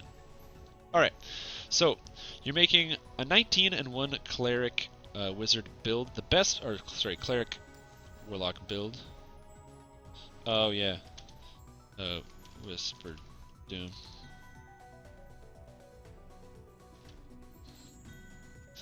Whispered Doom. Alright, so you're like, man, I gotta make myself a cleric. I gotta make a cleric warlock. So first thing, you need several feats. Depends on the kind of warlock you're gonna make. If you're gonna make the face, there's 2 types of warlock. You can make face roll warlock or face roll warlock with a little bit of extra button clicking. So depends on how heavy face roll you want to go. Like, do you want to have like your face like entrenched in the keyboard so you've got like dent marks and you might have to buy a new keyboard every 2 weeks? Or do you want to have like still that, but also just like lightly tapping your mouse every once in a while? It depends on which playstyle you want to go with. The one I would recommend, I don't have it on here. I can't even pull it up. Damn, I'm not playing a warlock. God damn. Let me see if I can pull it up here on this. Only button I want is alright, let me go back to this quest. So, Warlock. So, Enlightened Spirit, essentially that's where you're going to be spending most of your points. So, level up to 15. The feats are going to be taken along the way. You want Maximize, Empower, Quicken, Heighten is good, but Maximize, Empower, Quicken. As long as you have those, doesn't matter. The rest of your feats don't matter. Take whatever you want. Heighten is good because it increases the DCs of your spells. Doesn't increase them that much though. Also doesn't apply to the Warlock spell-like abilities. So like your Eldritch Blast and things like that, your Spirit Blast doesn't apply. So it's not as good as it could be. But Quicken, Empower, and Maximize absolutely do. So you want Quicken, Empower, Maximize no matter what. Spell Focus Conjuration is pretty good. Spell Focus Conjuration will give you a couple different neat things. Stuff like, what do you get for Spell Focus Conjuration? It gives you bonus DCs on your web. It gives you bonus to the DCs of your Evard's Black Tentacles, so that's very good. You want to get as much Charisma and as much Constitution as possible. Strength is a dump stat, I remember only for that your on my last weight load. kid that going in this on normal, during auction, up my previous bonus streak. Mighty Carthu must fear what lies I'm in on Elite, I can tell you that much. No, on the police section. Oh, okay, yeah. But yeah, so you want to have... understand why you would maybe possibly think that. You want to have Strength as a dump stat, Dexterity is a dump stat, Intelligence is not really a dump stat. It does give you a little bit of Spellcraft, but it's not that important, so I think of it as a dump stat. Really, and Wisdom is a dump stat. If you are dumping Wisdom, at my recommendation, I highly recommend, very important, that you also max out, sorry, not max out, you take Force of Personality to use your Charisma for your Wisdom, your Will saves. And yeah, you want to put your points into Enlightened Spirit. Enlightened Spirit's relatively simple to navigate, so there's a couple things you need. Well, first, out of Tainted Scholar, put just enough points in to pick up Utter Dark Blast. So, Utter Dark Blast, very important. What it does for you is it makes your base Eldritch damage evil damage. Evil damage, which is like, why would I want to do evil damage? I'm not an evil guy. Doesn't matter if you're not an evil guy, silly. Evil damage scales off light spell power, which is super free. So, make sure you've got you're going to get a lot of free light spell power, so turning your Eldritch Blast from force damage into light, or evil damage, means it scales all with light, which allows you to scale super hard. So get Utter Dark Blast out of Tainted Scholar as fast as possible. It only takes you, I believe, a total of 7 points in that enhancement tree to acquire, so do that. Once you have that, then spend the rest of your points in Enlightened Spirit. You want to take the Eldritch Aura, all the cores that you're allowed to as possible, so you should be able to get the first 4 cores. Additionally, you want to take the Eldritch Aura enhancements that go up sort of like the second column of the tree. You want to take all those straight up to the top. You want to take the spell power enhancements that are directly in the middle that look like the yellow glowing hand. You want to take, Spirit Blast. You want to take, I can't remember what it's called, Determination or something, the one that makes it so that you get, oh man, the clicking. You want to take Determination, so you get constantly regenerating temporary hit points based on your constitution. And then in the top row, you would just want to take Spirit, the other Blast ability, and Shining Through, which is the con HP buff thing. And then once you have all those abilities, dump Eldritch Aura on your bar and turn it on. So instead of doing any actual clicking, you're not going to fight monsters, by the way. All you're going to do is walk around. Instead of shooting out your blasts, now it's an aura that's passive. That might sound dumb, but it gives you free temporary hit points and you will never, never, never, never die. Fiend? No, Fire Spell Power is terrible. I recommend Sonic, 100%. Fiend gives you Hurl Through Hell, which is a very cool and very strong ability. So if you want to do Fiend, you could go with that. It gives you an instant death attack. I would recommend Sonic because Sonic is less resistible. Sonic is also going to give you Dark Delirium, which is hilariously good. I say hilariously good because what it does is it's a no-save 20-second stun on a 20-second cooldown. It's so overpowered, it also has no animation, so you can use it while you're doing other stuff. It's really, really broken. And you also get an air dash in the form of Dark Mist, or whatever it's called. Misty Escape. So I highly recommend the the Demon Pact. But yeah, dump most of your points into Light and Spirit. Make sure you get the Utter Dark Blast, and then take Spirit Blast and Eldritch Burst, put them on your bar, maximize the power, quicken them, and then all you do is literally walk around, keep your Shining Through on, so you'll have 800 health at level 15, and you'll take no damage. Walk around, your aura will give you constant hit points, and then you just start blasting out stuff. Super duper duper easy, my friends. Very easy. Anyway, okay, new question. How should I go about getting turbo points as a new player? And sorry, I missed your question. Defend the Arch. I was just kind of responding to Tyler G about an entire build guide in video format. Me talking at the camera and doing other things in format and getting distracted. How should I go about getting turbine points as a new player? And when I get up for an adventure pack, which should I buy first? That's a very difficult question to answer.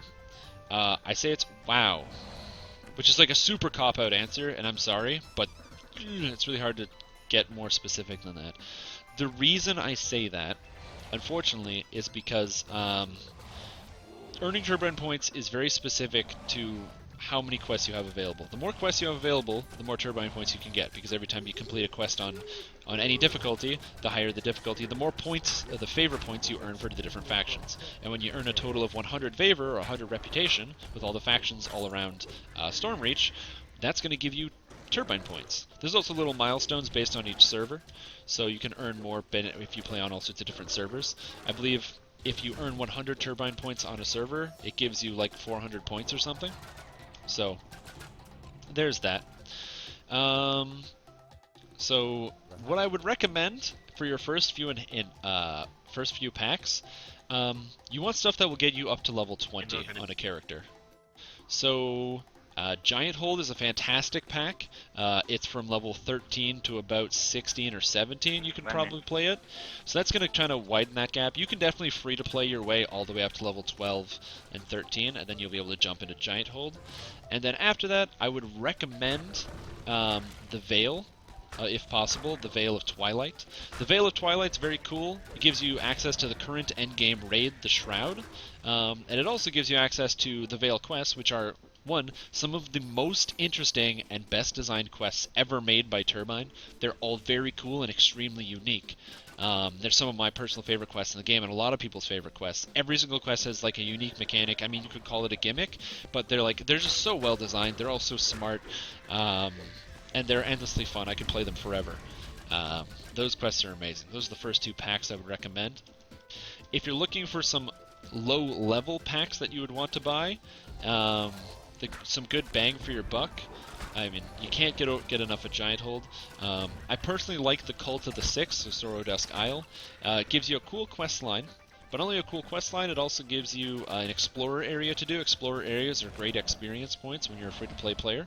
And they're just fun. You get to walk around, kill some monsters, get some XP, and see some cool areas and some cool outcroppings and stuff. So it's pretty cool. So I recommend those. Or as well as a low-level area, Three Barrel Cove. Three Barrel Cove is amazing. The experience points in that area is ridiculous, super great, tons of experience points in Three Barrel Cove, and it also works as an epic adventure zone. So those are the ones I'd recommend. Now, my personal recommendation, if you give the game a try and you like it, highly recommend, if it's within your budget of course, subscribe for 1 month. Subscribing gives you access to almost every single quest, except for the quests from the two expansions, Menace in the Underdark and the Shadowfell Conspiracy. But pretty much every other quest gives you access to all the races, all the classes, except for the ones that you unlock by doing Favor. And then you can go do the Favor and unlock those classes and those races. So you can do Favor and you can unlock Drow. You can get Favor and you can unlock Favored Soul or Artificer. And then once you lose those, if you decide, okay, it's been a month, you unlock those couple classes, you unlock those couple races, but it's just not your thing, you know? You're just not interested in playing through or stay in a VIP, then just stop it and keep playing with those classes that you've now already unlocked. Because once you've unlocked something, you get to keep it forever. Bear in mind, it's only on the server that you play on when you unlock something, but still. So that's my biggest recommendation. free-to-play in any kind of free-to-play game, there are a couple games that do it really well, like a game like Path of Exile has a nearly perfect free-to-play model, where the entire game is free-to-play and all you buy are cosmetics, but that works for them. DDO is not quite the same animal. Buying quest packs is very important for the company and spending turbine points, which is why I keep giving them my turbine points. But I highly recommend that you buy... Yeah, unlocking Artificers, 2 quests. No, 3 quests. You do have to do 3 on Elite. The hatchery. But I highly recommend you just, if you like the game, give it a shot. Shell out that $15 cold hard cash and just subscribe. It's $15 for an entire month's worth of entertainment, and I guarantee you, if you get a whole month's worth of entertainment out of it for $15, even if you never play it again, that's way worth it, dude. Like, are you kidding? You go to the store and you're like, oh, I'm gonna buy the new Uncharted game, and you play it for 8 hours and you spend $70 and it's done. It was great. It was a really cool game, but you spent $70 and you got 8 hours of entertainment. Your entertainment per hour is not as high as it could be in Dungeons & Dragons Online. I'll tell you that much. Because quests. The hatchery. So that's my recommendation as a free-to-play player. So yes, my recommendation to a free-to-play player is buy the fucking game. But yeah. What else is on here? Favored past life. I'll try a fave lock. How does the heavy armor work for warlocks? Well, first of all, favored souls can't wear heavy armor. You're confused. Favored souls wear medium armor. And 2, warlocks have arcane spell failure based on the type of armor that they're wearing. So you can wear light armor without arcane spell failure, but medium armor will cause you arcane spell failure unless you put points into the Enlightened Spirit tree, where you can use medium armor without worrying about arcane spell failure. Arcane spell failure, basically, it applies to every single Eldritch Blast and all your spell-like abilities. So if you have 20% arcane spell failure, and then you try to use your Eldritch Blast, 20% of the time, it's not going to do anything. Which is kind of lame, and they nuked some of the tank abilities from space, but, like some of the tank warlock possibilities from space, because you can't use heavy armor and actually be a tank, but, yeah, goodbye, Necromancer. There's also Rune Arm that drops in Devil Assault that adds banishing to your weapon. Yeah, there is, that's true. Although the best Rune Arms are, if you can get it, Tovin's Hammer from House Cainith. Sick rune arm. It's one of the best ones in the entire game. Strinati's hand cannon as well. It's basically what's that spell? A meteor swarm in a hand cannon. It's really dumb how broken it is.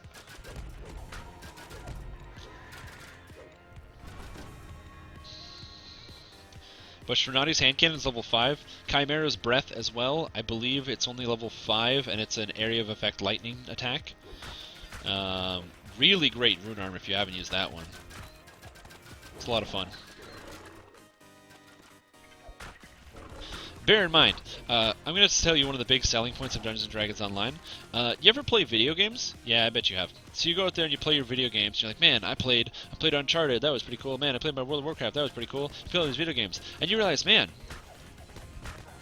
where's the robots, guys? Where's the robots? You go out there and you play your Dragon Age, and you're like, oh, these guys are cool, but where's the robots? Where are the robots? Let me tell you something real quick. Dungeons & Dragons Online has robots. That is correct. You can play as a robot. You can run around as a big machine, hulking machine man, and you can kill people with your machine hands or your weapons that are machine-like, or you can be a machine that then turns into a bear and mauls people. Disclaimer, I'm not actually a machine, I'm a woman. But that's the point. So, did you buy the game yet? Did you just be like, okay, I gotta reach in my wallet and pull out like a ton of money because, you know what I'm saying? Like robots, okay? Okay, good job, team. What's next?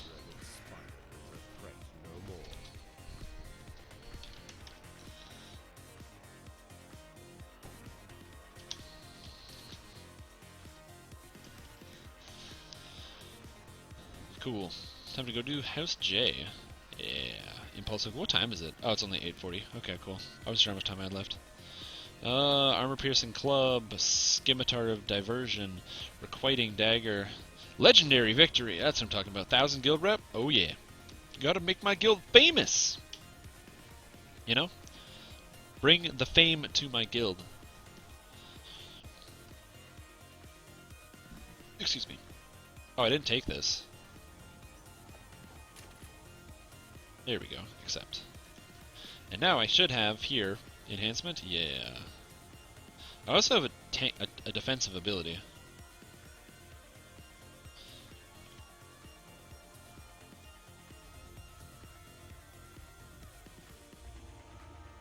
There's also sales that change weekly. Yeah, this is true, the sales. Save up your points. So if you look at me, let me explain to you what happens when you're like me and you play the game for a long time. So, I'm a VIP, so I earn 500 turbine points every month. I'm going to do the one in the Haunted, the Mira's Sleepless, the Parthilakar Tower Crypt. Enemy. Yeah, that's the one.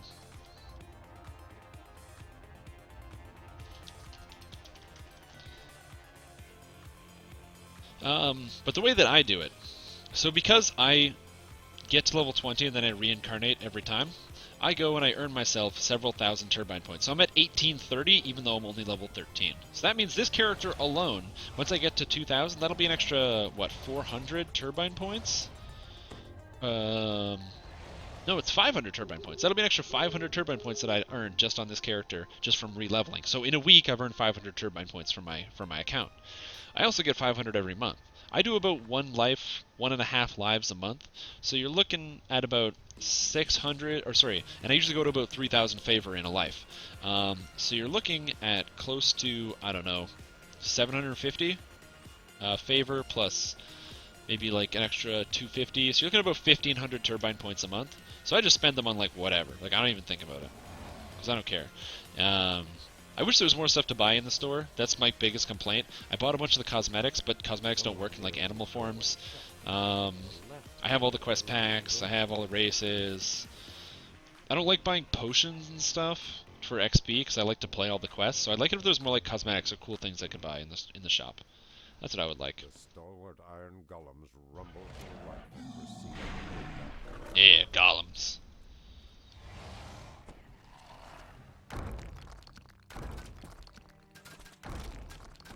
Yeah, that's another big thing. So if you're like me, you almost become like an eternal player because you don't have to really worry about it. In theory, like I could stop being a VIP, but being a VIP just means I'm giving money to the company that I like to play my game. That's the other thing. If you like a game, absolutely play it free to play. But if you do really like it, make sure that you're doing something to contribute towards the game in whatever way that you can. Obviously, not if everybody has a lot of money, but when I mean in whatever way you can, if you didn't have a lot of like money like I didn't for a very long time, just enemy.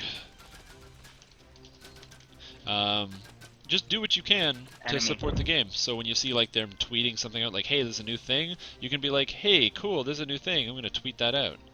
And you tweet it out, and then other people see it, and they're like, "Oh my God, check it out! There's this new thing. There's a warlock class, and there's a bear class. Did you guys know you can play bear class?" Now you do. Now you know about the bear class. I know you guys can barely contain yourself looking at me play this thing, but don't worry. Once you get yourself some druid, you'll be able to sink your claws into this incredible game character.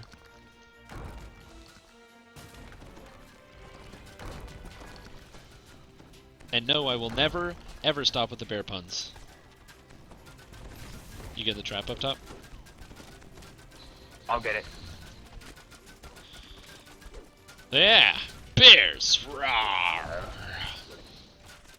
You can also be like a total loser like me on the internet and play the video game and stream to the people, and then people watch you and you feel good about yourself, and you also drink. Alcohol. Additionally, what you can do if you like, you can go over here and you can be a bear who's hungry, /LFH. Oh no, you can't see the ham. Okay. Ah! Jeez! Oh, going for the spellcaster. Oh, going for the spellcaster. Dodging and weaving and bobbing and dodging. Get knocked down! Oh, just power stomp! Okay, good. And no, for the record, that was not dramatic enough. Oh! Oh! Knockdown. Yeah, exactly. So, has video of Eth from Omnipresence doing with a Shirati spammer in less than 10 minutes solo. Fall of Truth?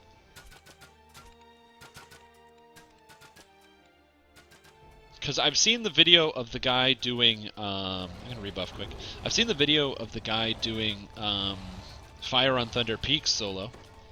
The sorcerer build, the Shirati spammer. I've seen that video. I'm pretty sure if we're talking about the same one.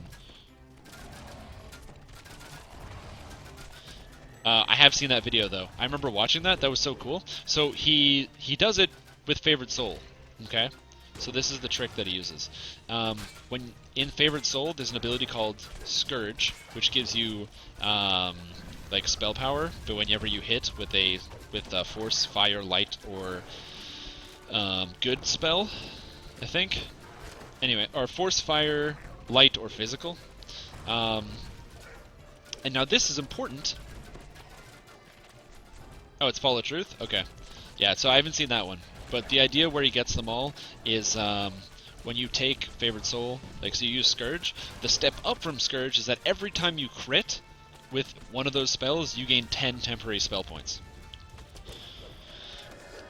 So if you keep spamming magic missiles, and you're shooting out 5 every time, and you have at least a 30% chance, you're almost guaranteed to get a crit, and if you get a crit, then you get your mana back on the spell, and you can keep casting the spell. That's the essential idea behind the build. I do want to do a Blade Forge life of that later. I was tempted to do that as my favorite soul life, but I'm not sure. A Shirati spammer favorite soul, like a Blade Forge Paladin Sorcerer favorite soul. I think that'd be cool. Not sure if I do want to do that though.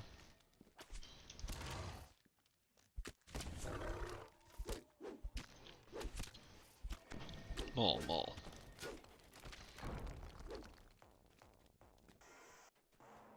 Whoop.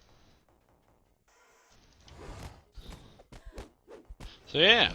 So I haven't seen that new video. I saw the Fire on Thunder Peaks video, which I thought was amazingly cool at the time.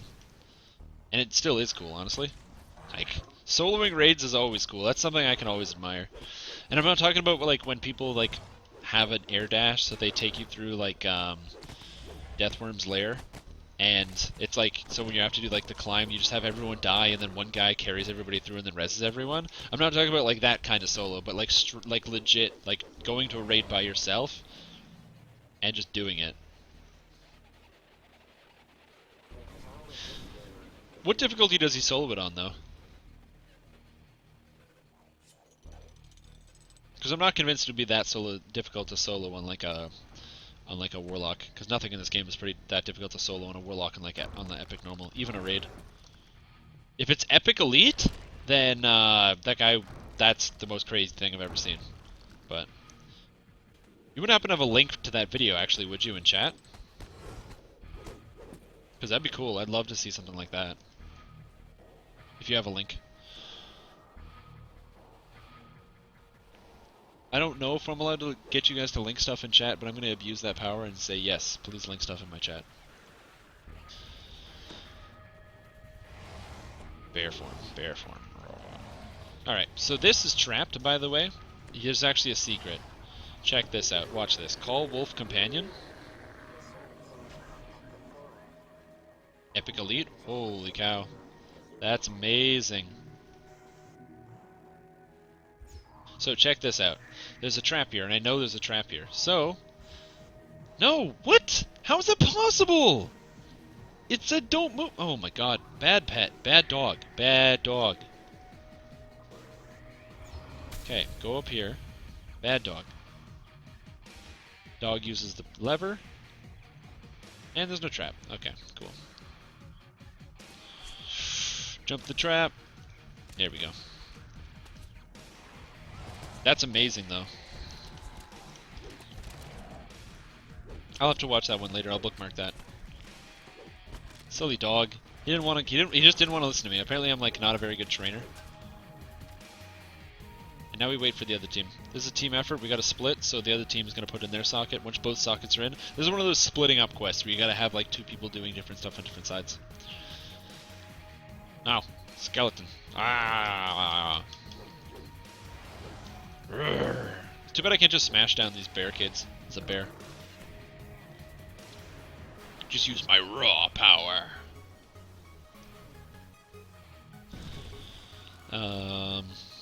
Yeah. Also, if you're sitting here and you're like, damn, I don't understand the value of time. I wish I could watch Stream Tom more often. But he has some kind of real job, and he's limited by the amount of time he can actually stream. Well, it is an unfortunate horror in reality. I will be streaming for as much as I can tomorrow. Unfortunately, there's a limit on the amount of time I can stream tomorrow because the stupid game's gonna be down so they can fix the servers. But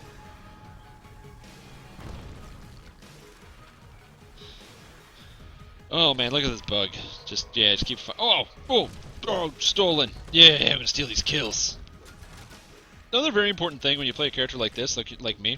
Okay, check it out. Bear. True fact, bear not as good as like so many other things. But you know what? Doesn't matter if you can kill steals like a monster. Check out this. Kundrak Noble. Oh, he's probably being shot at by some of my teammates. So we're just gonna murder him real quick. Ooh, nobody else got the kills. That's what I'm talking about. How good am I doing at kill stealing right now? Oh, terribly! I'm not in first. Oh my god. Oh, I'm so sorry, team. I 100% failed. It's very important. You gotta get kill steals. Like, have you ever played other games where they have damage meters and it's like, oh man, look, I'm at the top of the damage meter? This is like the damage meter of this game. Gotta be at the top of the damage meter. Never give up, team. I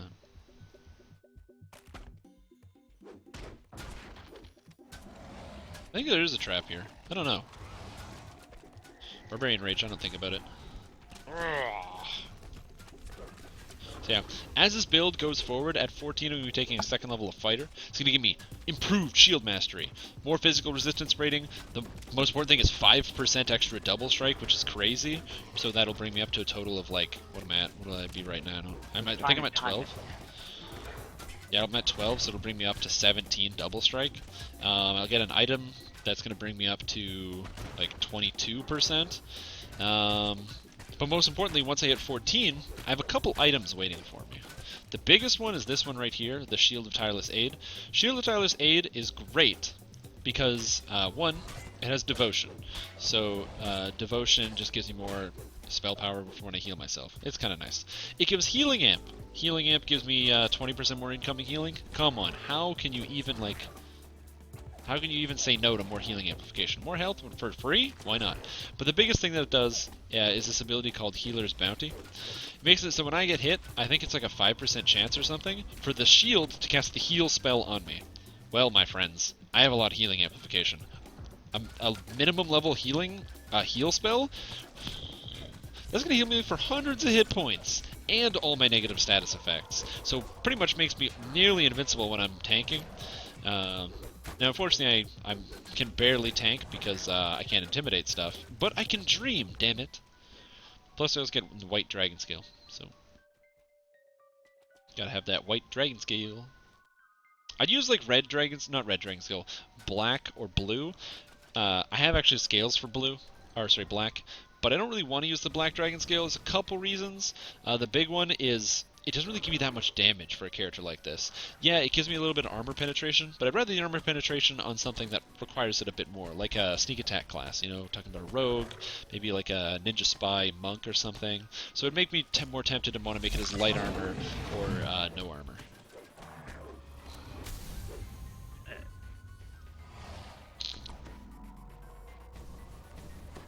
Ooh, I just got a Dragon Shard Fragment. Small Ebron Dragon Shard Fragment. I'm collecting up on those. Oh, shit. Is this trap dead? Yeah, it's dead. Okay. I almost walked in the trap. That was terrifying. That's why I love this game. There's always just traps laying around. It's like, oopsie, you're dead. Did you walk into the trap that you didn't know was there? Yeah, I walked into the trap I didn't know was there. And there's a Mind Flayer around here. Mind Flayer Champion! Get down. Yeah, knockdown. That's what I'm talking about. 253 damage! 260 damage! Yeah. Taken down. That's what I'm talking about. You know what's satisfying? Hitting for 200 or some damage with your Bear Claw. Coming in for the critical hit. Just tore the guy's arms off.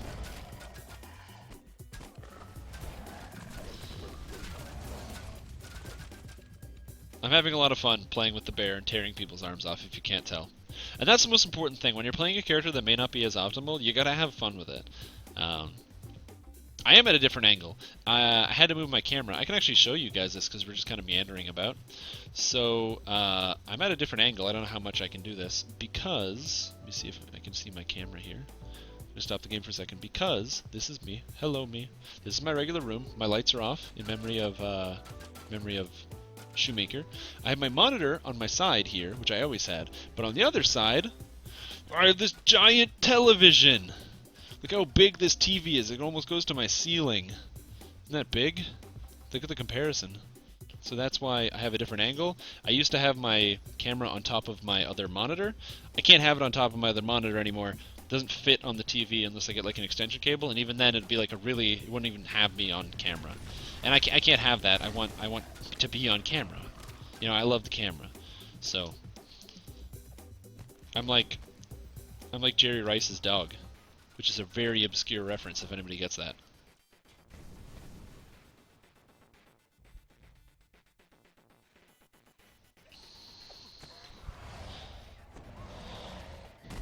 Character on the wallpaper?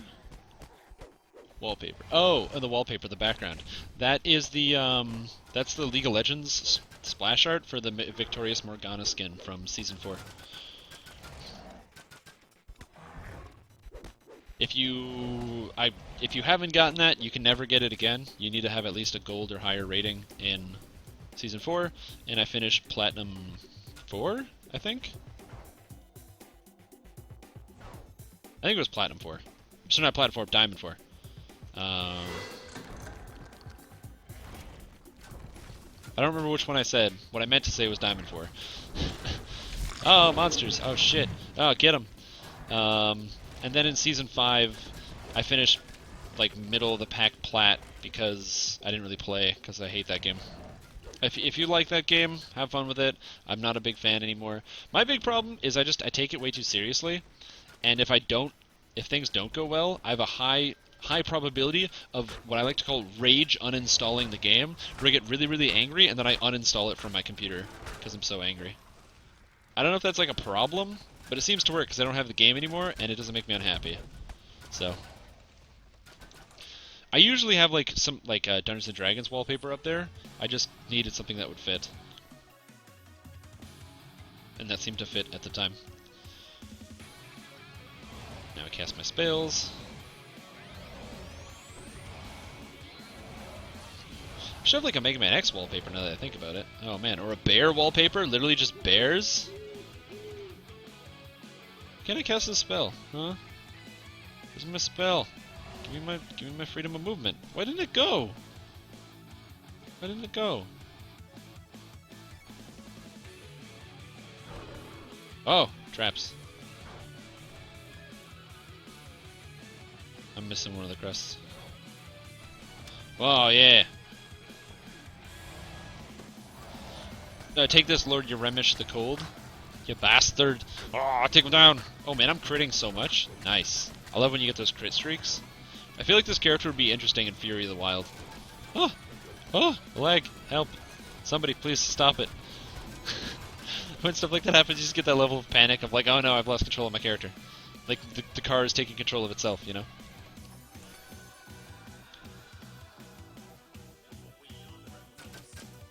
Oh, actually, that's true. I do have another one. Nice catch, Titan. Somebody else cast that on me. I didn't even notice. Okay, Dreams next.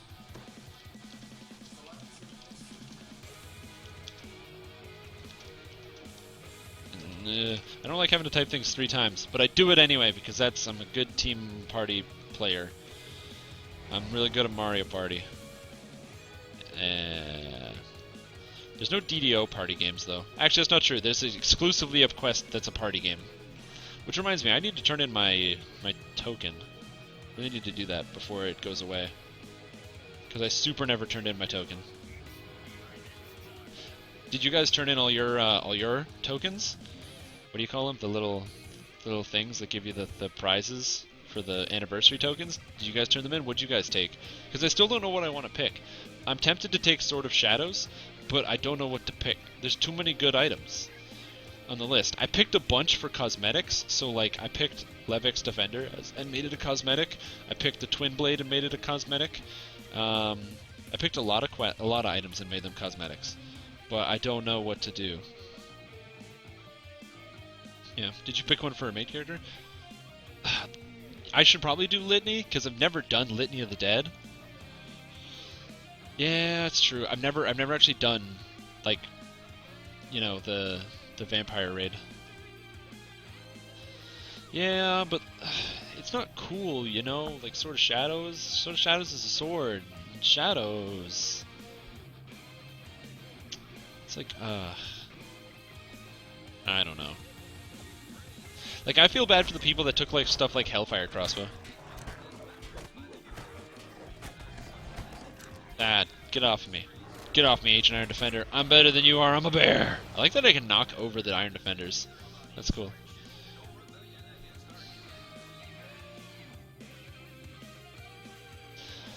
Yeah, but it's important to factor that in, right? If an item's easier to farm over something else, it's, you know, it's part of the equation, right? I'm looking for advice. I want to have all the angles. Yeah, that definitely is something that I know will happen, too. That was the wrong spell to cast.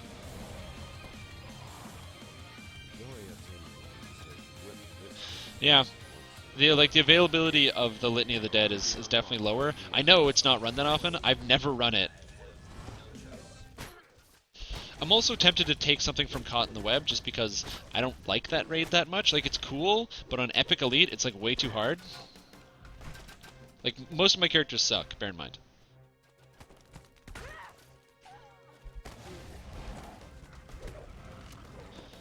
If you run the raid on Elite, you pull Litany? Is that guaranteed? Or is that like just a chance?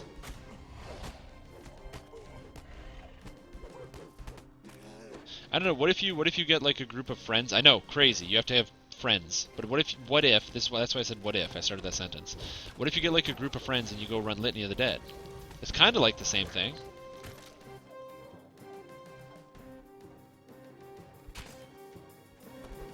So I mean that's a pretty good option.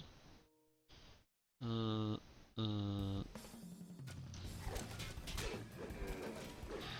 what do we got here? We got Ancient Iron Defender. I'm going for the trip. Ooh, go for the knockdown. Ooh, take it down. Get him. Ancient Iron Defender, you think you could fight me, but you can't. Come back in 10 years.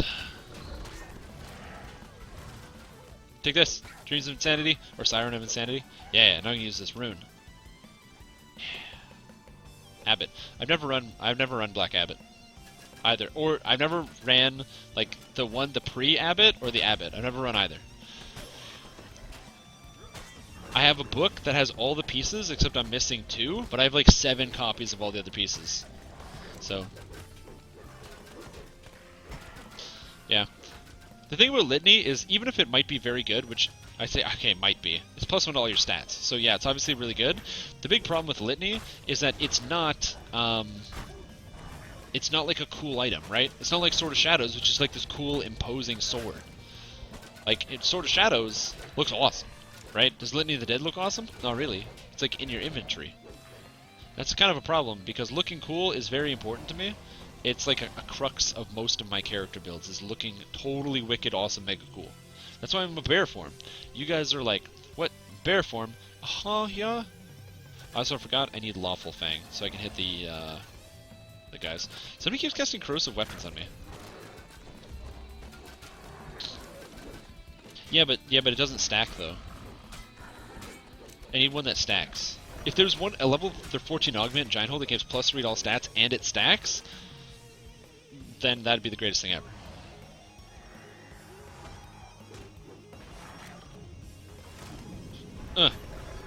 Club. What? How did I stun the guy behind me? That's a bunch of bullcrap. I don't even know how that's possible. How's it even possible? Ugh. Like, I was tempted to take something like Celestia, but I'd never use it, just because it's just a cool looking sword.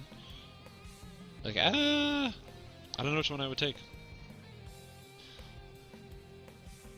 I'd use the Quiver of Alacrity, but the problem is, like, the movement speed or whatever that you can get with it for low levels is, like, totally, like, overridden by like the movement speed you get from being on a ship.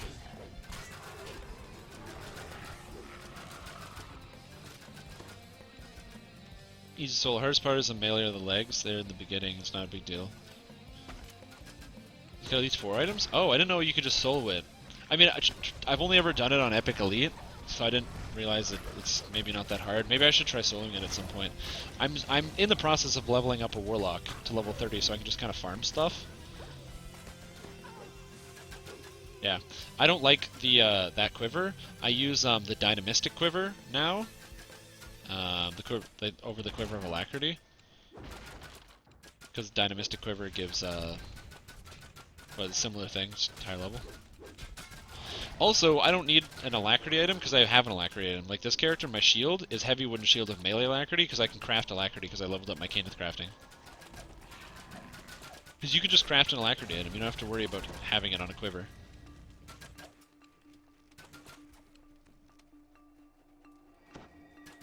And heal self, cast buff.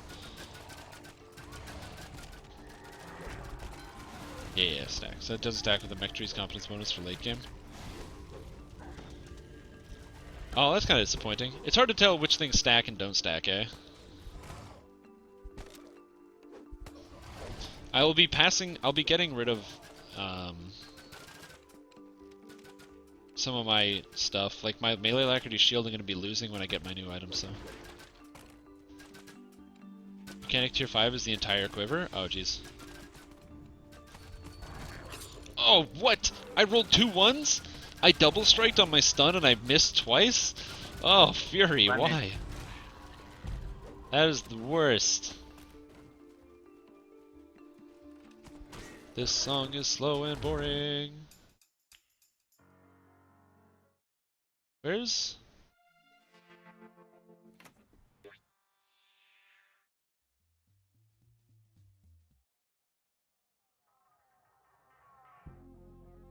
This song's great. Alright. Beholder time.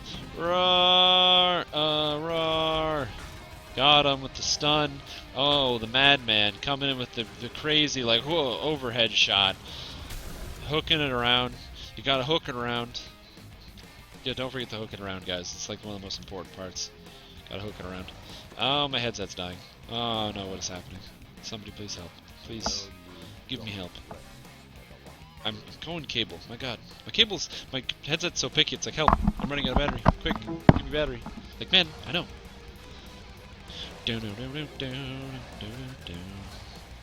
It is nice to be able to change the alignment of my weapon all the time. It's one of the things I liked about being an artificer. You don't really care about it. You kind of just, like, you get to go do it for free. It's like, oh, what alignment do I need for this monster type? Who cares? Lawful weapon. Adamantine weapon. Cold iron weapon. What sucks is when you need all of them, and at which point you just get a,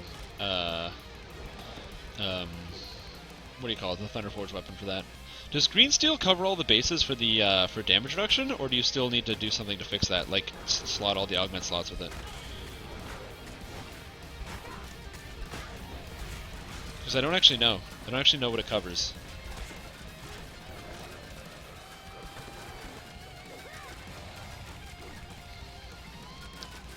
I don't know if you guys happen to know. Because I've actually, I'm not going to lie, I've never made a legendary green steel item. I've done legendary shroud. I did it on stream. On the Strimstream right here. But I never did it on, I never got the legendary green steel item. I never made one. Green steel is just evil damage. Evil and magic? Oh, okay. So it doesn't beat like cold iron and all that stuff. Oh, man.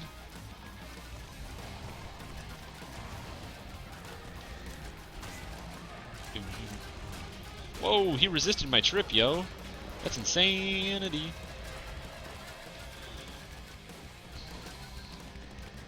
In my mind, it seems crazy to say, like, oh my gosh, my tactical DCs are... Oh, I got rage too? I have a 46 strength. I'm level 13, by the way. Yeah, legendary green steel I'm talking about. Okay. Yeah, I don't actually know. I'd love to actually know. I've said that once or twice.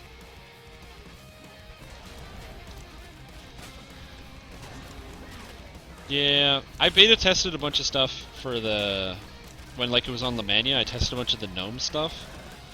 I didn't really test out any of the other stuff.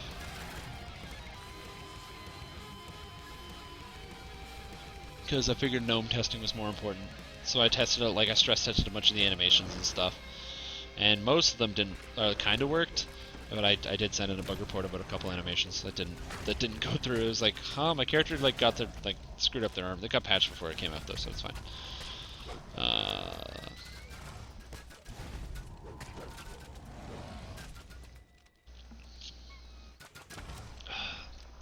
Man, I gotta update the soundtrack. What is going on here? Where's Redial?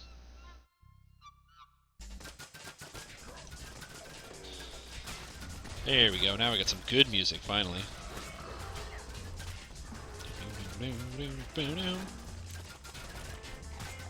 Let's move this over here so I can still see the chat.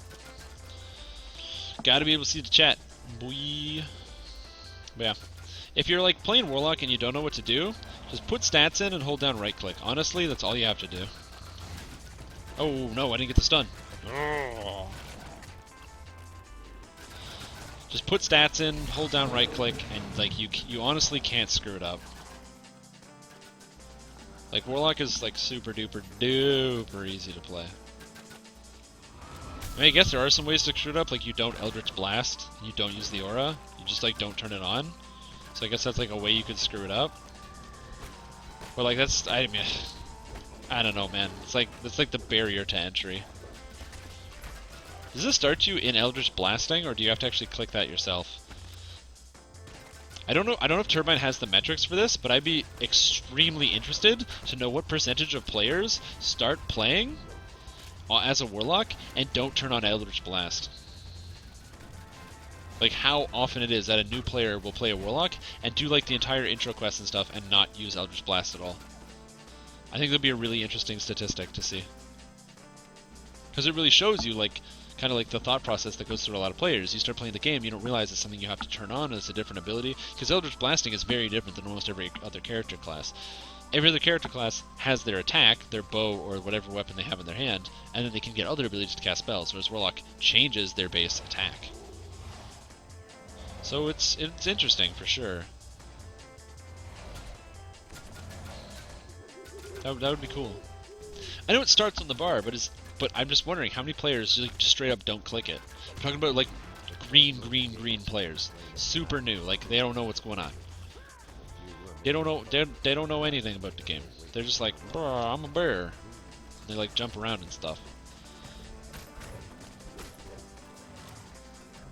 Like that's the kind of like new player I'm thinking of. Bear players. Yeah, that dodge. Oh crap, rest in peace. Somebody got Finger of Death. You can range take out those beholders? That'd be cool. Thanks, ranged. That's what ranged is for, baby. Oh no, I fell! Oh, jump! Ah, I can't climb this ladder. Help, I'm just jumping into it. Ugh. Ugh, the ladder's... Okay, didn't fall over this one. Oh, he's got that one? Okay, I can make it there.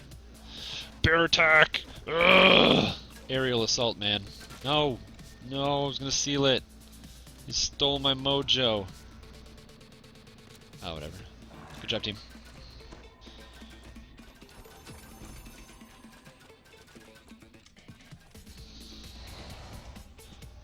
Yeah, now I have Dim Door, so I can Dim Door my way out of here.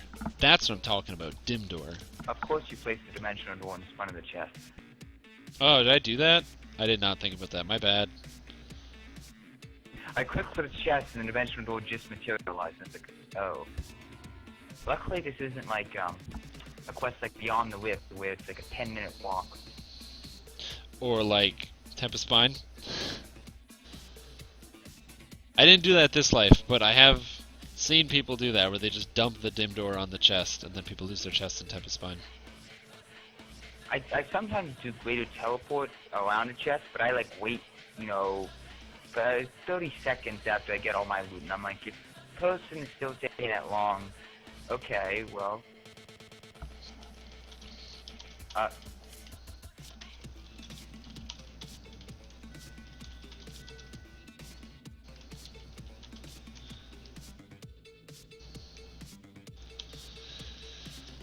Oh god, got a cast of grease at the entrance of Kronos. I remember. Okay, so grease, right? All right. So, oh god. All right. So back in the day, okay, I'm old. Bear in mind, I'm like old. I'm like one of the oldest people you've ever met. So crazy old. Back in the day, grease used to be the most abusive spell ever. Okay, so grease was like pretty bad because of how like hard you would abuse it, abuse it on people, because you could just make people slip around and all that stuff. What I used to know people, what they would do is they would, no, it's not desert. It's not desert at all. What they would do is they would put in front of Tanglewood Gorge, where there's the mouth, they would put grease right there. So when you're trying to get up to the quest to hand it into Yarkuch, you couldn't hand it into the guy, and they would just literally sit there and grease you for like hours. Hilarious. Really funny. Really mean, but very, very funny. Maybe I'm like a very cruel person because I think it's funny, but I don't know. If you guys defend the door, I'll do the rest of the things. Sounds good.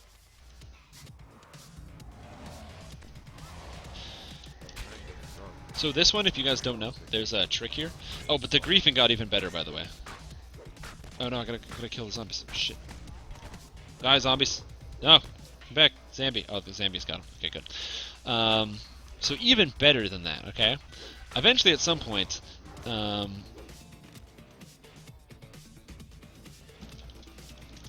there's even better than that.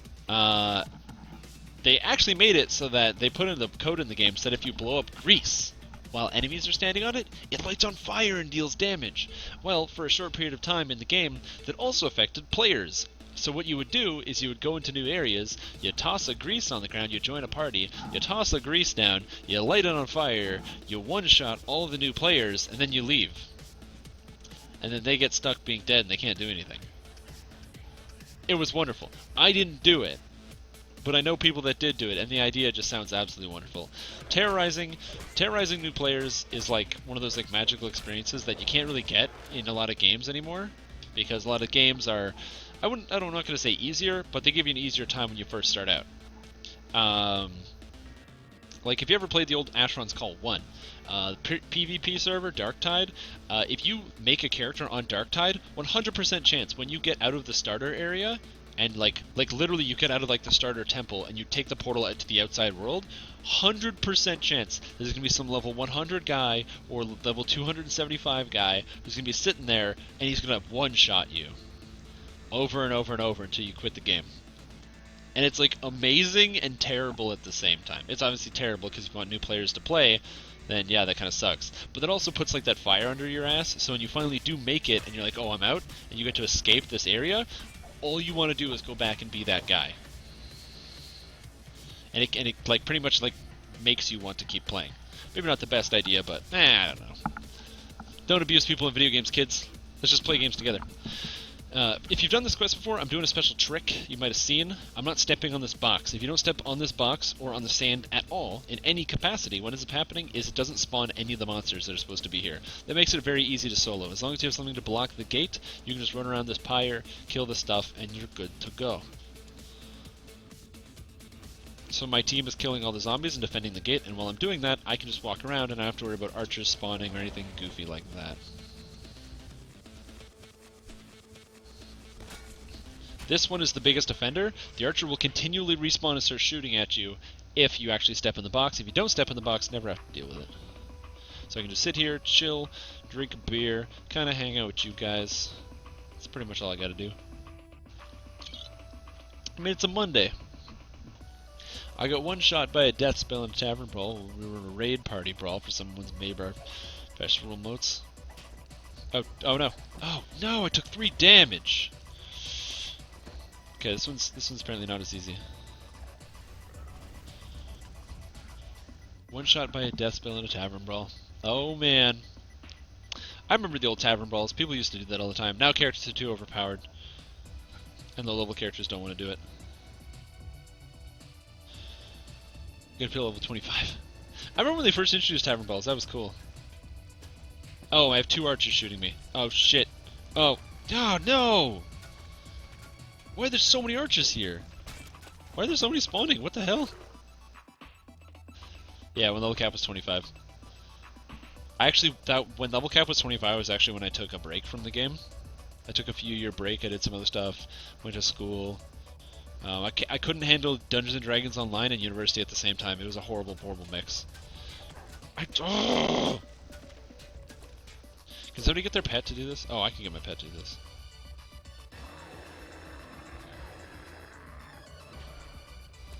Oh, God.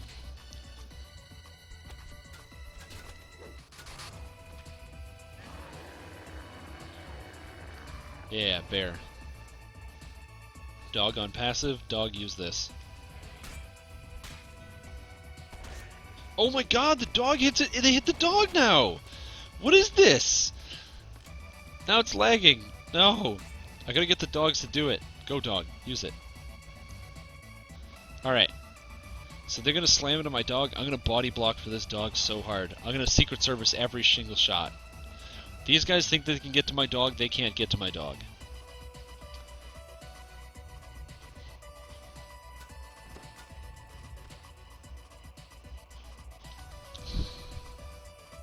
Oh, I was typing in chat. No, I didn't want to lose my guy. No.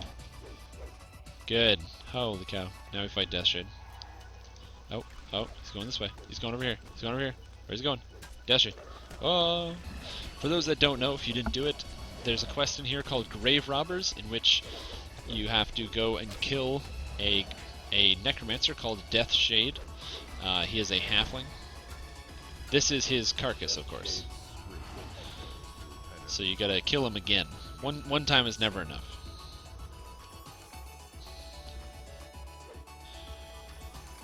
Wah. And one more quest, 2 more quests, I think. This one and Made to Order, and then that's pretty much all the level 9 or level 11 quests.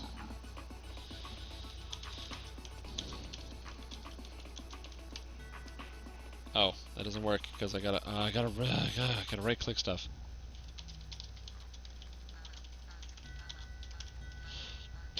Alright.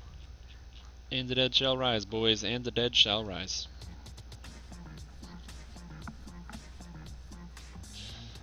Having like a hip evening. Playing some video games. Man, I'm actually burning through these levels really fast. I'm surprised. This bear's... It's because it's mostly that it's tanky. I don't have to worry about what kind of quests I do. It's never like, oh god, am I going to be able to do this trap? It's like, of course I can do this. I can handle this trap. I'm a bear. Whatever. I don't take any damage anyway.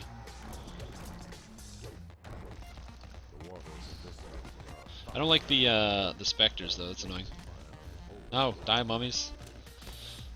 Oh, what's mummy DR? I don't know what the mummy DR is. Oh, my wolf is dead? How'd that happen? Can I dismiss it? Dismiss? Oh, it howled. It howled at me. Poor Wolfie, he did. He did. Alright. Yeah, it's the game definitely goes a lot, or it's a lot more fun when you're playing something that you consider to be fun. The Kensei life was pretty good. The big problem with Kensei Fighter is that you're literally you're limited to potions as your healing source. So like 100% of your healing comes from potions, which kind of sucks. Yeah, but I don't have any fire spells. I don't have like claws of fire. Do I have remove curse pots? Actually, no. Oh my god, everyone wants to join at the same time. Welcome, friends. We're in And the Dead Shall Rise. Forgot to update it just because we finished the last quest.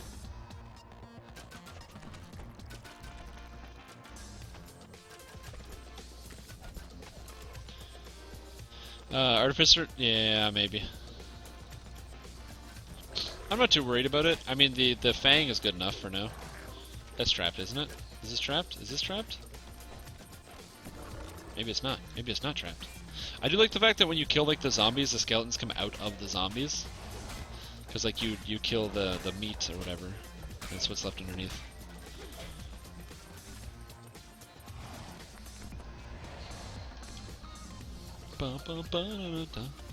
Oh, mummies. Shit. Mummy's alive. Oh no. Oh no. Oh, it's a great cartoon. Oh no. I should have gotten rid of this mummy route while I had the chance. Oh, whatever. What's my fortitude save? 31. Okay, that's fine. Do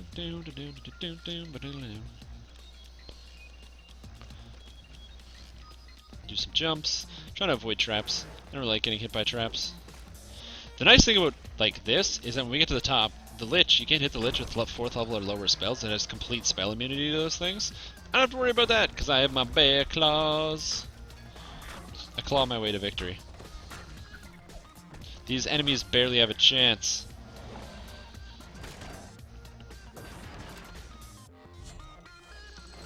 I'm telling you guys, this quest is going to be a roaring success. Ah, it's never enough with the bear puns, man. I'm telling you, it just keeps. It's like fuel for the fire. It just keeps getting funnier and funnier the more I say it. For me. For you guys, it's probably terrible. You probably hate me. You wish I would stop. But you know, it's not about what you guys want. You're just the audience, you know. They say you know the customer comes first. The customer's always right.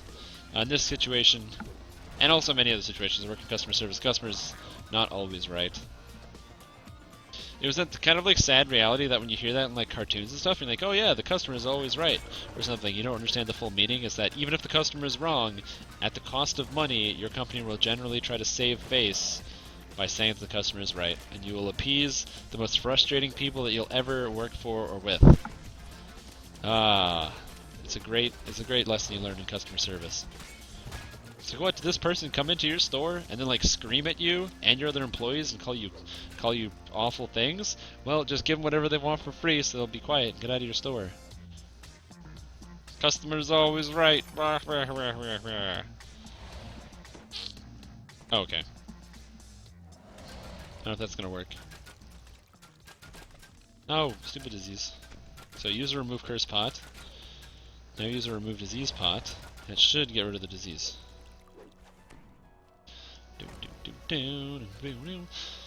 Most of my experience though comes from like customer service experience and stuff. It just happens to be like my area of expertise. Experience with customers. No, they definitely do. They do it every single time and it always works. And they it's not that they might do it, they always do it. If somebody comes into your store, if they're an adult, they come into your store and they make a scene, they do it every time. And what they do is, because I learned this, I talked to one of the people that does it, and I basically, like, I was like, I'm going to call the police if you don't get out of my store. I ended up talking to them for a long time. It was frustrating. And what I learned from them is that they do it intentionally, but they actually have, like, a system. So they use targets. So they target like whoever they think that in the store, like the employee that is the most vulnerable, the newest, that kind of thing, and they put as much pressure on that the newest person as possible. So that way, you know, their manager or whoever has to come in and save them, and their manager wants to show a good example of how you're supposed to handle a customer, and so they'll generally get whatever they want because they'll put the most pressure on the person who's the most vulnerable. Which sounds terrible, but my god!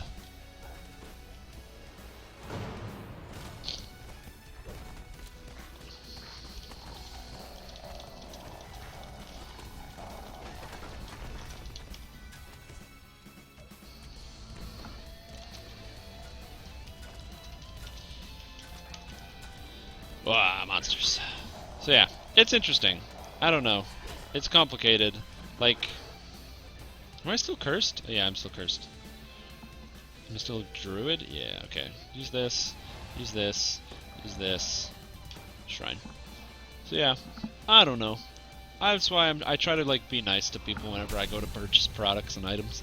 I like purchasing products. Actually, I don't like purchasing products and items, but I do have to on a daily basis. I do quite frequently have to go to different stores and locales, purchase items, and so I try to be nice to whenever customer service agents I can, especially that I meet along my travels. Because, you know, it sucks to be on that side of the counter sometimes. I'm very lucky. Like, if you haven't had customer service with Turbine, if you ever talk to any of them, they're like super nice and they just want to help you out. So maybe I'm biased because like I like the game, but oh, giant cube! Urgh. Bear no like cube. Bear eat cube for breakfast. Bear want Jello. Actually, I do want some Jello. That'd be so good. Yo, give me some of that Jello.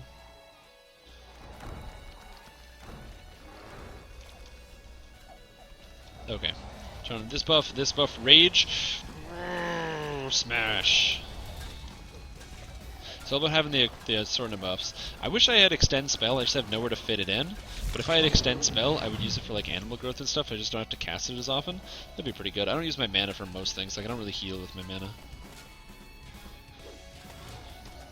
Slay 25 skeletons. Ooh, that's gonna be a challenge. I just love it. You kill the zombies and the skeletons pop out.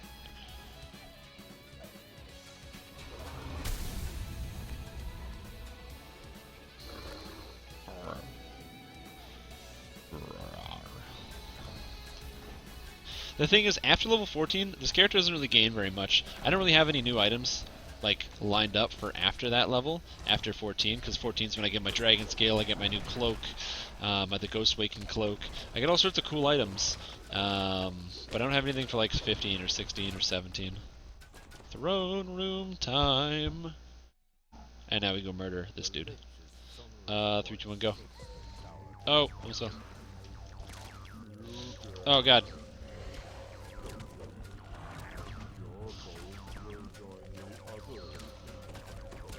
Die, Califor. Boom. Oh god, now you jump down. Jump. Oh, lag jumping. Then we hit the bottom. Cool.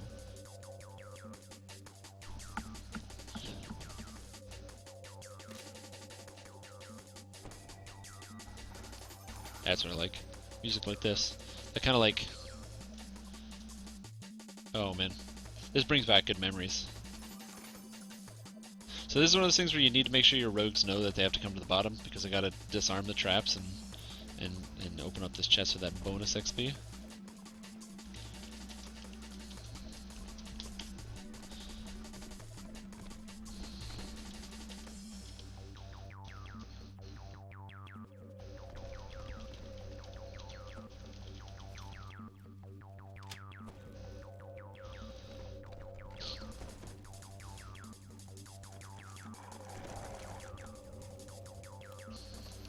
Perfect.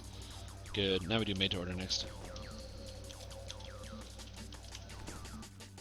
So we remake the group. Apparently not everybody can hear themselves, but half the group can hear them, so Linabelle the Giver and Alessi can hear each other, but I can't hear the first half, so I don't know. So we're going to remake the group.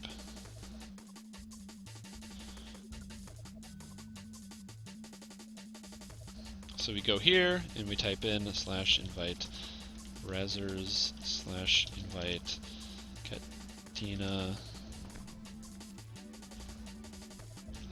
Oh, is it Kathleen? Athena?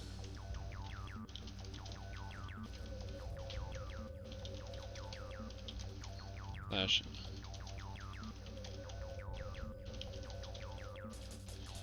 Cool, got everybody.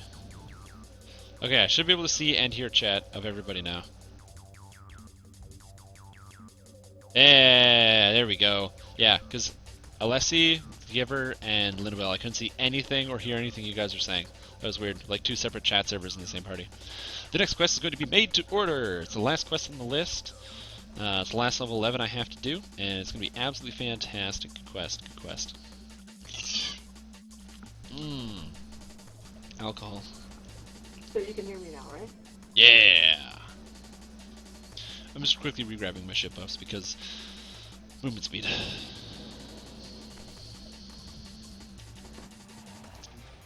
So Made to Order is one of those quests that is cool and fun, but it has horrible traps. Yeah. You guys can do the traps in here, eh? Because I'm gonna get murdered. Made to Order. Absolutely not. Fantastic! I'm gonna get murdered by these traps. They're like mines, and they're horrible. You step on a mine, and you go... explosions, death. Just a horror. The horrors. Oh, God. That's not what I need right now, so I don't want that. Potion, get rid of the stupid mummy rot. And how's DJK? How's K? How's K, Enclave? I know what's going on. I know what's up. I'm in the now. I'm in the know. Hey, look, it's Freak. Freak Show. He's still level 11. My God. I can't tell if I level really fast or not. I don't know. Apparently I level really fast. Bears it all. That's right. Hey, I bear everything. Okay? And I make no bones about it. Okay? Don't worry. You guys can get your claws on this incredible build. For only $14.99 a month, which doesn't unlock Druid, because you have to buy the expansion pack, you can play Dungeons & Dragons online all you want, while also playing Bear Form if I forgot to get the quest. Oh, I forgot to get the quest. Yeah, that's what I'm talking about. See that small amount of feet that I moved? That's thanks to Dim Door. I took a human feat for that one.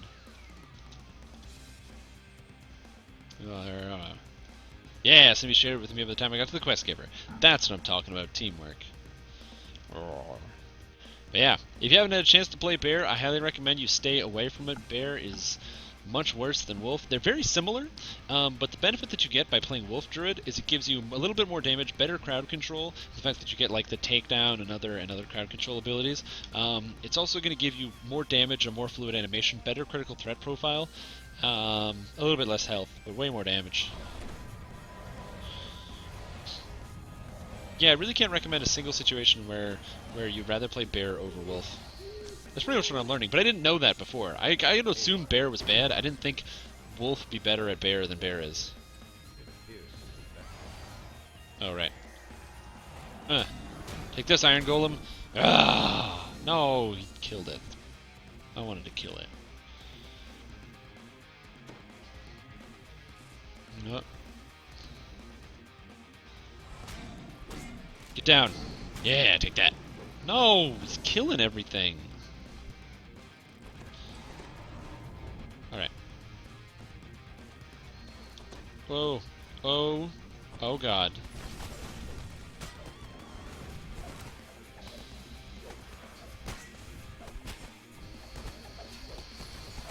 You gotta be careful about the traps, man. Take this. Everybody dies. Ah. Okay. This guy in a trap? No. He's not.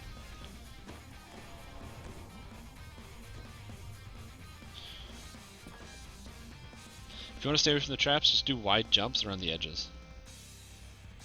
That's what I do. Whoa.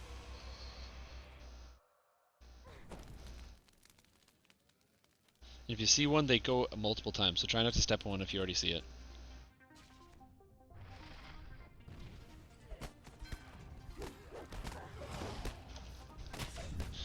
I count on my team to kill the traps for me. I'd do it, but I'm just a bear, man. I can't just smash them up. Well, that'd be interesting if you had the ability to smash traps. I already talked about how I think it would be cool if bears could pick locks with their like bear claws. They could stick their claws into like the hole and just like do like a lock pick. I think that'd be cool. Based on like, I don't know, your intimidate skill or something. You could pick locks. Although I know that you can already do that with not druids, but with half-orcs, they can already... I believe it's their intimidate check or strength. I can't remember. It's one of the two. Yeah, baked clay golem. Smashy, smashy. They would not. They're just the right size. Like, I'm a bear. I'm an expert. I would obviously sharpen it to the right size.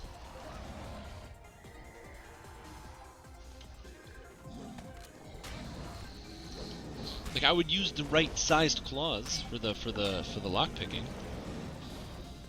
Doesn't that seem obvious that I would do that? It's like arguing with like an 8-year-old kid. You'd be like, "Oh, well, my superhero power beats yours," and they'd be like, "No, I had a shield." And then they're like, "Well, my superpower breaks shields." Like, yeah, well, my superpower gives me a shield that can't be broken by things that break shields. And you're like, "God damn it! What superpower can I use then?" Oh God, somebody able to disable those? That'd be cool. I've been I mean, I searching. I thought haven't so. found anything. Oh, okay. I Let think me there pull was up the something map. where I'll it's stand on the clumps, boxes. but Which one is this? Made Ah, there we to go. order. I'll just pull up the boxes so we'll have it when we go run. Okay, they're on the wall. Yeah, they'll be on the little, like, pillar things. Okay, I'll go stand on the next one. so, Right here. can anyone cure Mummy Rot? Yeah, okay, if you can use a remove curse potion, I can disease it. And there's a box on me.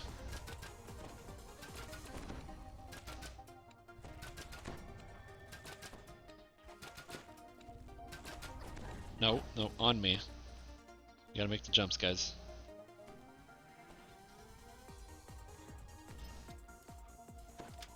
Cool.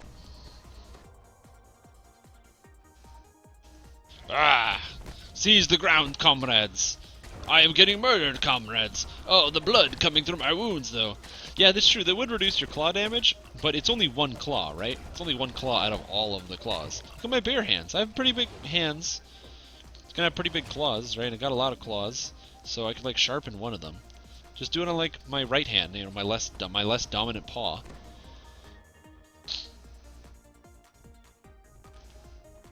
Just do it on my weak paw.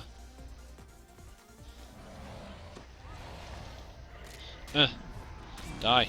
Die, Iron Golem. Stupid lava golem. Take this. I am a bear. Ah. Ah. The bear in lava fighting giant metal golems.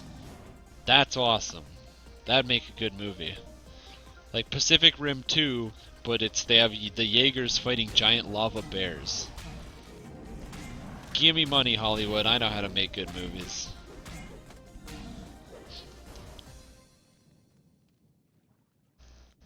That's it. Just giant robots fighting giant bears in lava. It's literally a genius film. I can't believe nobody's thought about it yet. World first here, folks.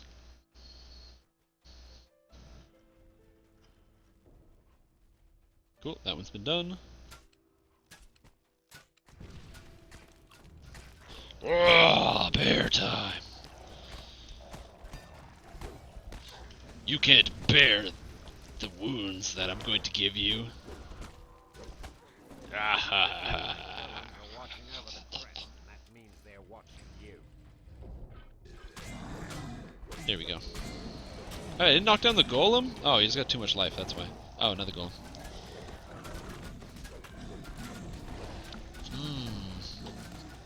But yeah, you're right. If I had smaller claws, it would reduce the effectiveness of the claw bite attack. Which is kind of important. Oh, why is my health so far down? I'm raging and I only have 313. Do I have that much con damage? Oh yeah, I do. I have 8 con damage, wow. A bear in lava would have to smell worse than a handful of hair in a toaster. I disagree that it would have to. I think it's possible it could smell pleasant. Because the meat would also be roasting. So I mean, I'm not going to say that it definitely would overpower, like, the burning hair smell. But there's a chance.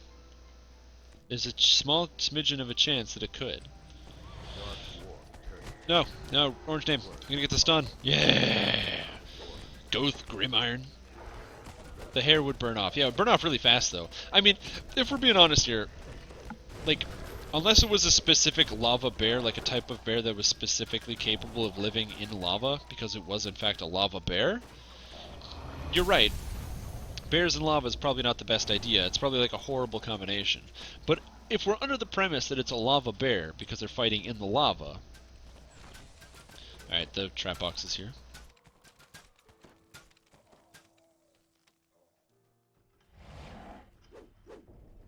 Oh, it's done. Haha. And the next one's right here. Ow.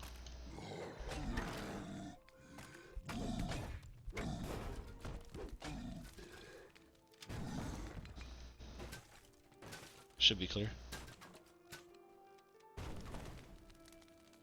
Now we need to find more crests. Alright. I gotta turn off my rage because I gotta heal. I'm limited, I gotta heal myself. But yeah, if we're talking about the premise where the bears are living in the lava, like imagine there's a problem where there's like these lava bears and they lived in the Earth's mantle and they were like destroying the planet from the inside, so they'd make giant robots to go into volcanoes to fight the giant bears. Right? That's the kind of premise that we're working on here. Where are we?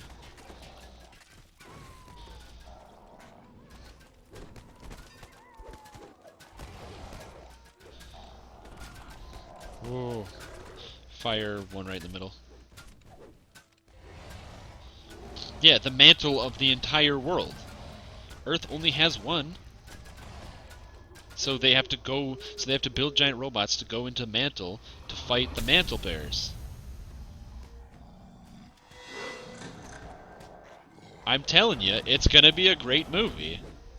So you have giant robots that are made of like if you guys saw Pacific Rim at the end, where like the nuke explodes under the ocean, okay? That scene was amazing.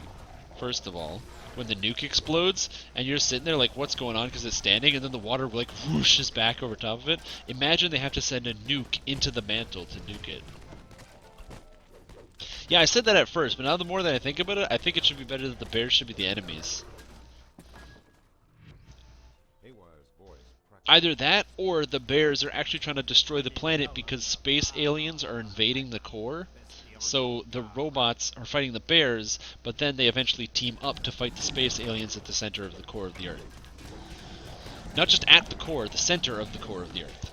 You have to go deeper.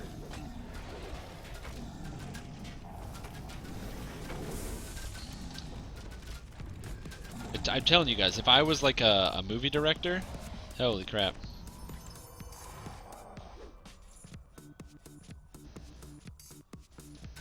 Yeah, it really is.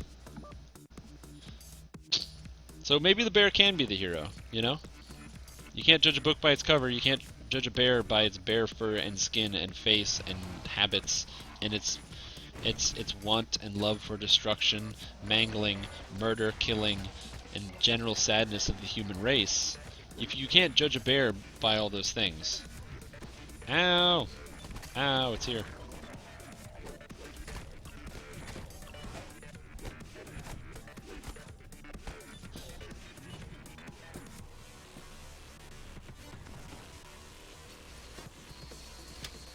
Cool.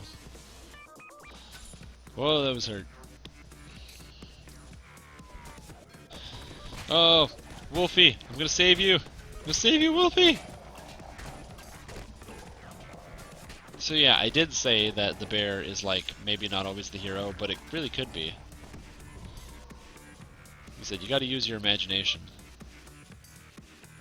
You gotta think of it like a conspiracy theorist would, you know? You gotta have enough imagination that you pretty much believe anything. You have to suspend your disbelief completely of what you think you know in the real world, while at the same time completely replacing that suspension of disbelief with an entirely new subset of beliefs that we require continued disbelief. Yeah, I can't remove curse, I can only do disease.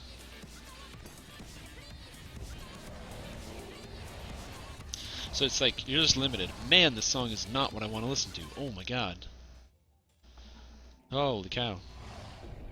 It's like these scratching sounds in my... Oh my god, I cast all my spells on the druid. Oh. I didn't want to do that. I'm the druid. I want the spells. Oh no, Wolfie!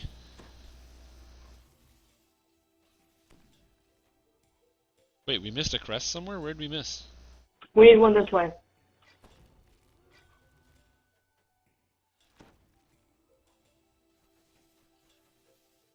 The very bottom floor on the lava level.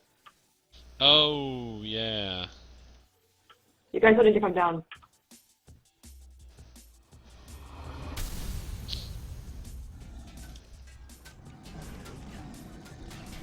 Toss us a D-door when we're coming here. It's way easier than going all the way around. Yeah, I agree. D door. Thanks. Bear door. Disbelief is what makes illusion spells not work. Damn it! The illusion spells are even worse. I thought illusion spells were bad enough because there's only like one good one. So wait, what's the path we take to get over there? Oh, we jump from here.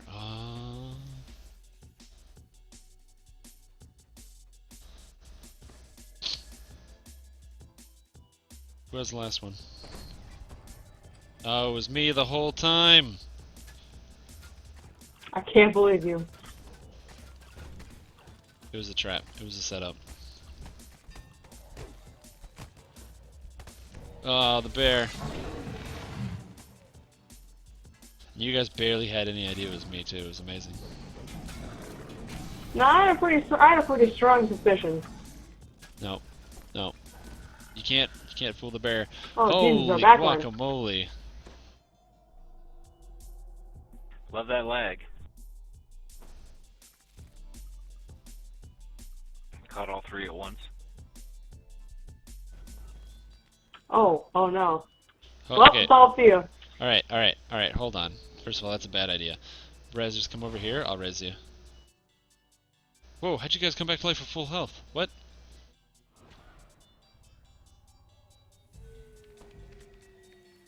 Oh, okay, because I was gonna raise dead everybody.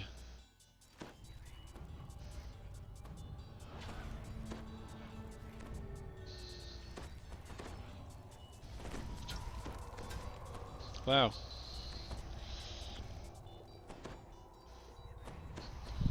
Cool, alright. So now that everyone's undead, or brought back from the dead. Alright, good work everybody. Good job. I'm not giving up on that trap though.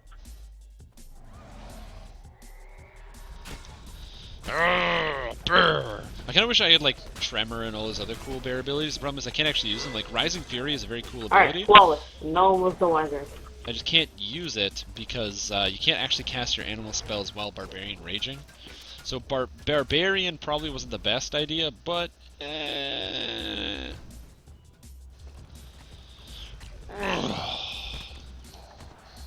gonna be honest though, this is the first time I've ever done this quest without horribly dying many times.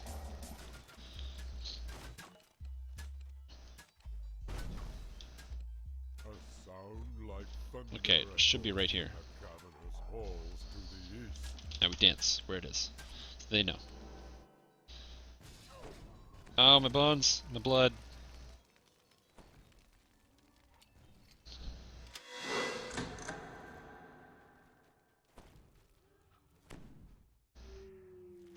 Okay, get a bear form, people form. Incoming raise, razors. Incoming raise!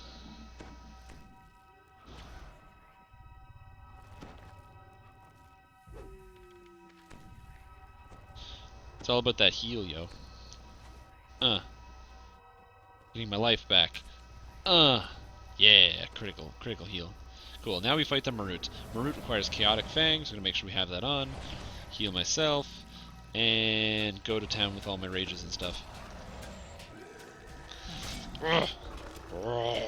Bear. I gotta say, one thing I didn't expect was a greater command flying out of that thing.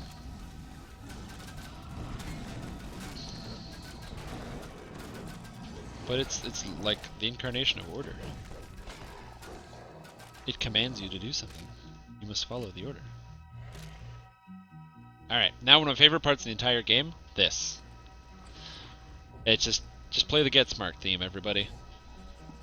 In your head, just play that over. I don't have it here. No, that's not the Get Smart theme. That's Naked Gun. Even better movie. Oh my god.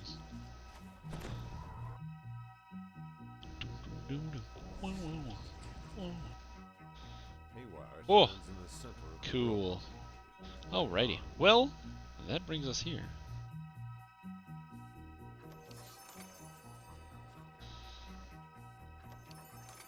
And these ones talk to Haywire, and he's gonna be like, "Yo, thank you for saving my life, because I would probably put a headache." And then you're like, "Hey man, are you ever gonna stop building those Maruts, and he's like, nah, I'm not gonna do that. Ooh, dim door. I like that. Brings me out. What time is it anyway? Oh my god, it's 9:58. What is that? Strimtom, that... Gotta be honest, if you said Strimtom sounds familiar, there's literally only one person that has Strimtom as their name, and that's actually me. No one else on planet Earth. That's 100% true, by the way. World first. So, there you go.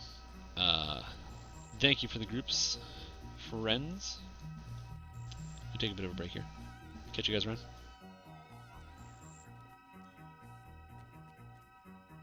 Does unloyal, unrated sound familiar to you? Unkind hero is somebody who I remember. Unloyal. From what? I feel like, am I supposed to know who you are? Unloyal / unrated? Oh no, I don't know what's going on now. I'm being questioned on my integrity of my bear. My bear essentials, okay? Alrighty, my friends. You guys have been been here with me for a long time, and I've had a lot of fun tonight. But you know what? I'm losing my spot. It is 10 o'clock. I have to give it up, okay? I have to give up my spot here on the Strimstream. I think it's just a guy with a similar name. I do have a character named Strimtom, and I'm Strimtam, so, or Stramtam on this character here, so, yeah. So I'd like to, yeah, exactly. Hey, guys, I bared it all tonight. So, just so you guys know, this is the end of the stream. I apologize, I do have to shut it down here. As I said, I have a limited amount of time that I can stream on here. Stram something? It's definitely not me. Wait, Stram,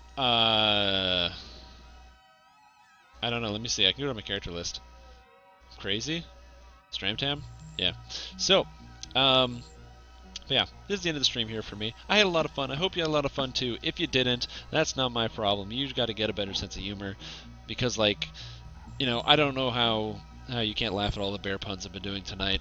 Now, if you did enjoy the stream, you'll get your pause on the stream next week from 7 to 10 every single Monday, right here on the official DDO stream.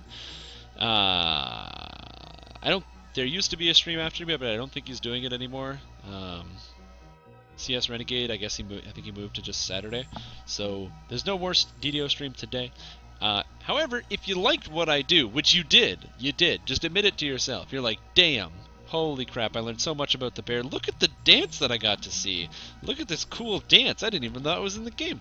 So if you learned something, you liked that, please go ahead. You can follow me on Twitter. You can also catch my my own personal Twitch stream that I do. I stream from time to time. I plan to do quite a bit of a stream tomorrow, but I can't because the game is going to be down, because they're patching it, those bastards. Stupid Turbine patching their game and making it better. What are you going to do? So, yeah, just give me a follow if you want to watch it. Also, I'm on, as I said before, I'm on Dungeons & Dragons Player Council, so if you're like, hey man, there's something I've always wanted to discuss with some of the developers and the other people that might listen to me, but nobody listens to me, send me an email, and I'll respond to your query as soon as I can. It's almost like a response. Hey, you know, I agree with you, the patch is hell, but let me tell you something, I can play the game with the patch is down. What am I supposed to do? My laundry? Go grocery shopping? The things I don't want to do already and I have time to do? Ugh. I'm gonna chug the rest of my beer.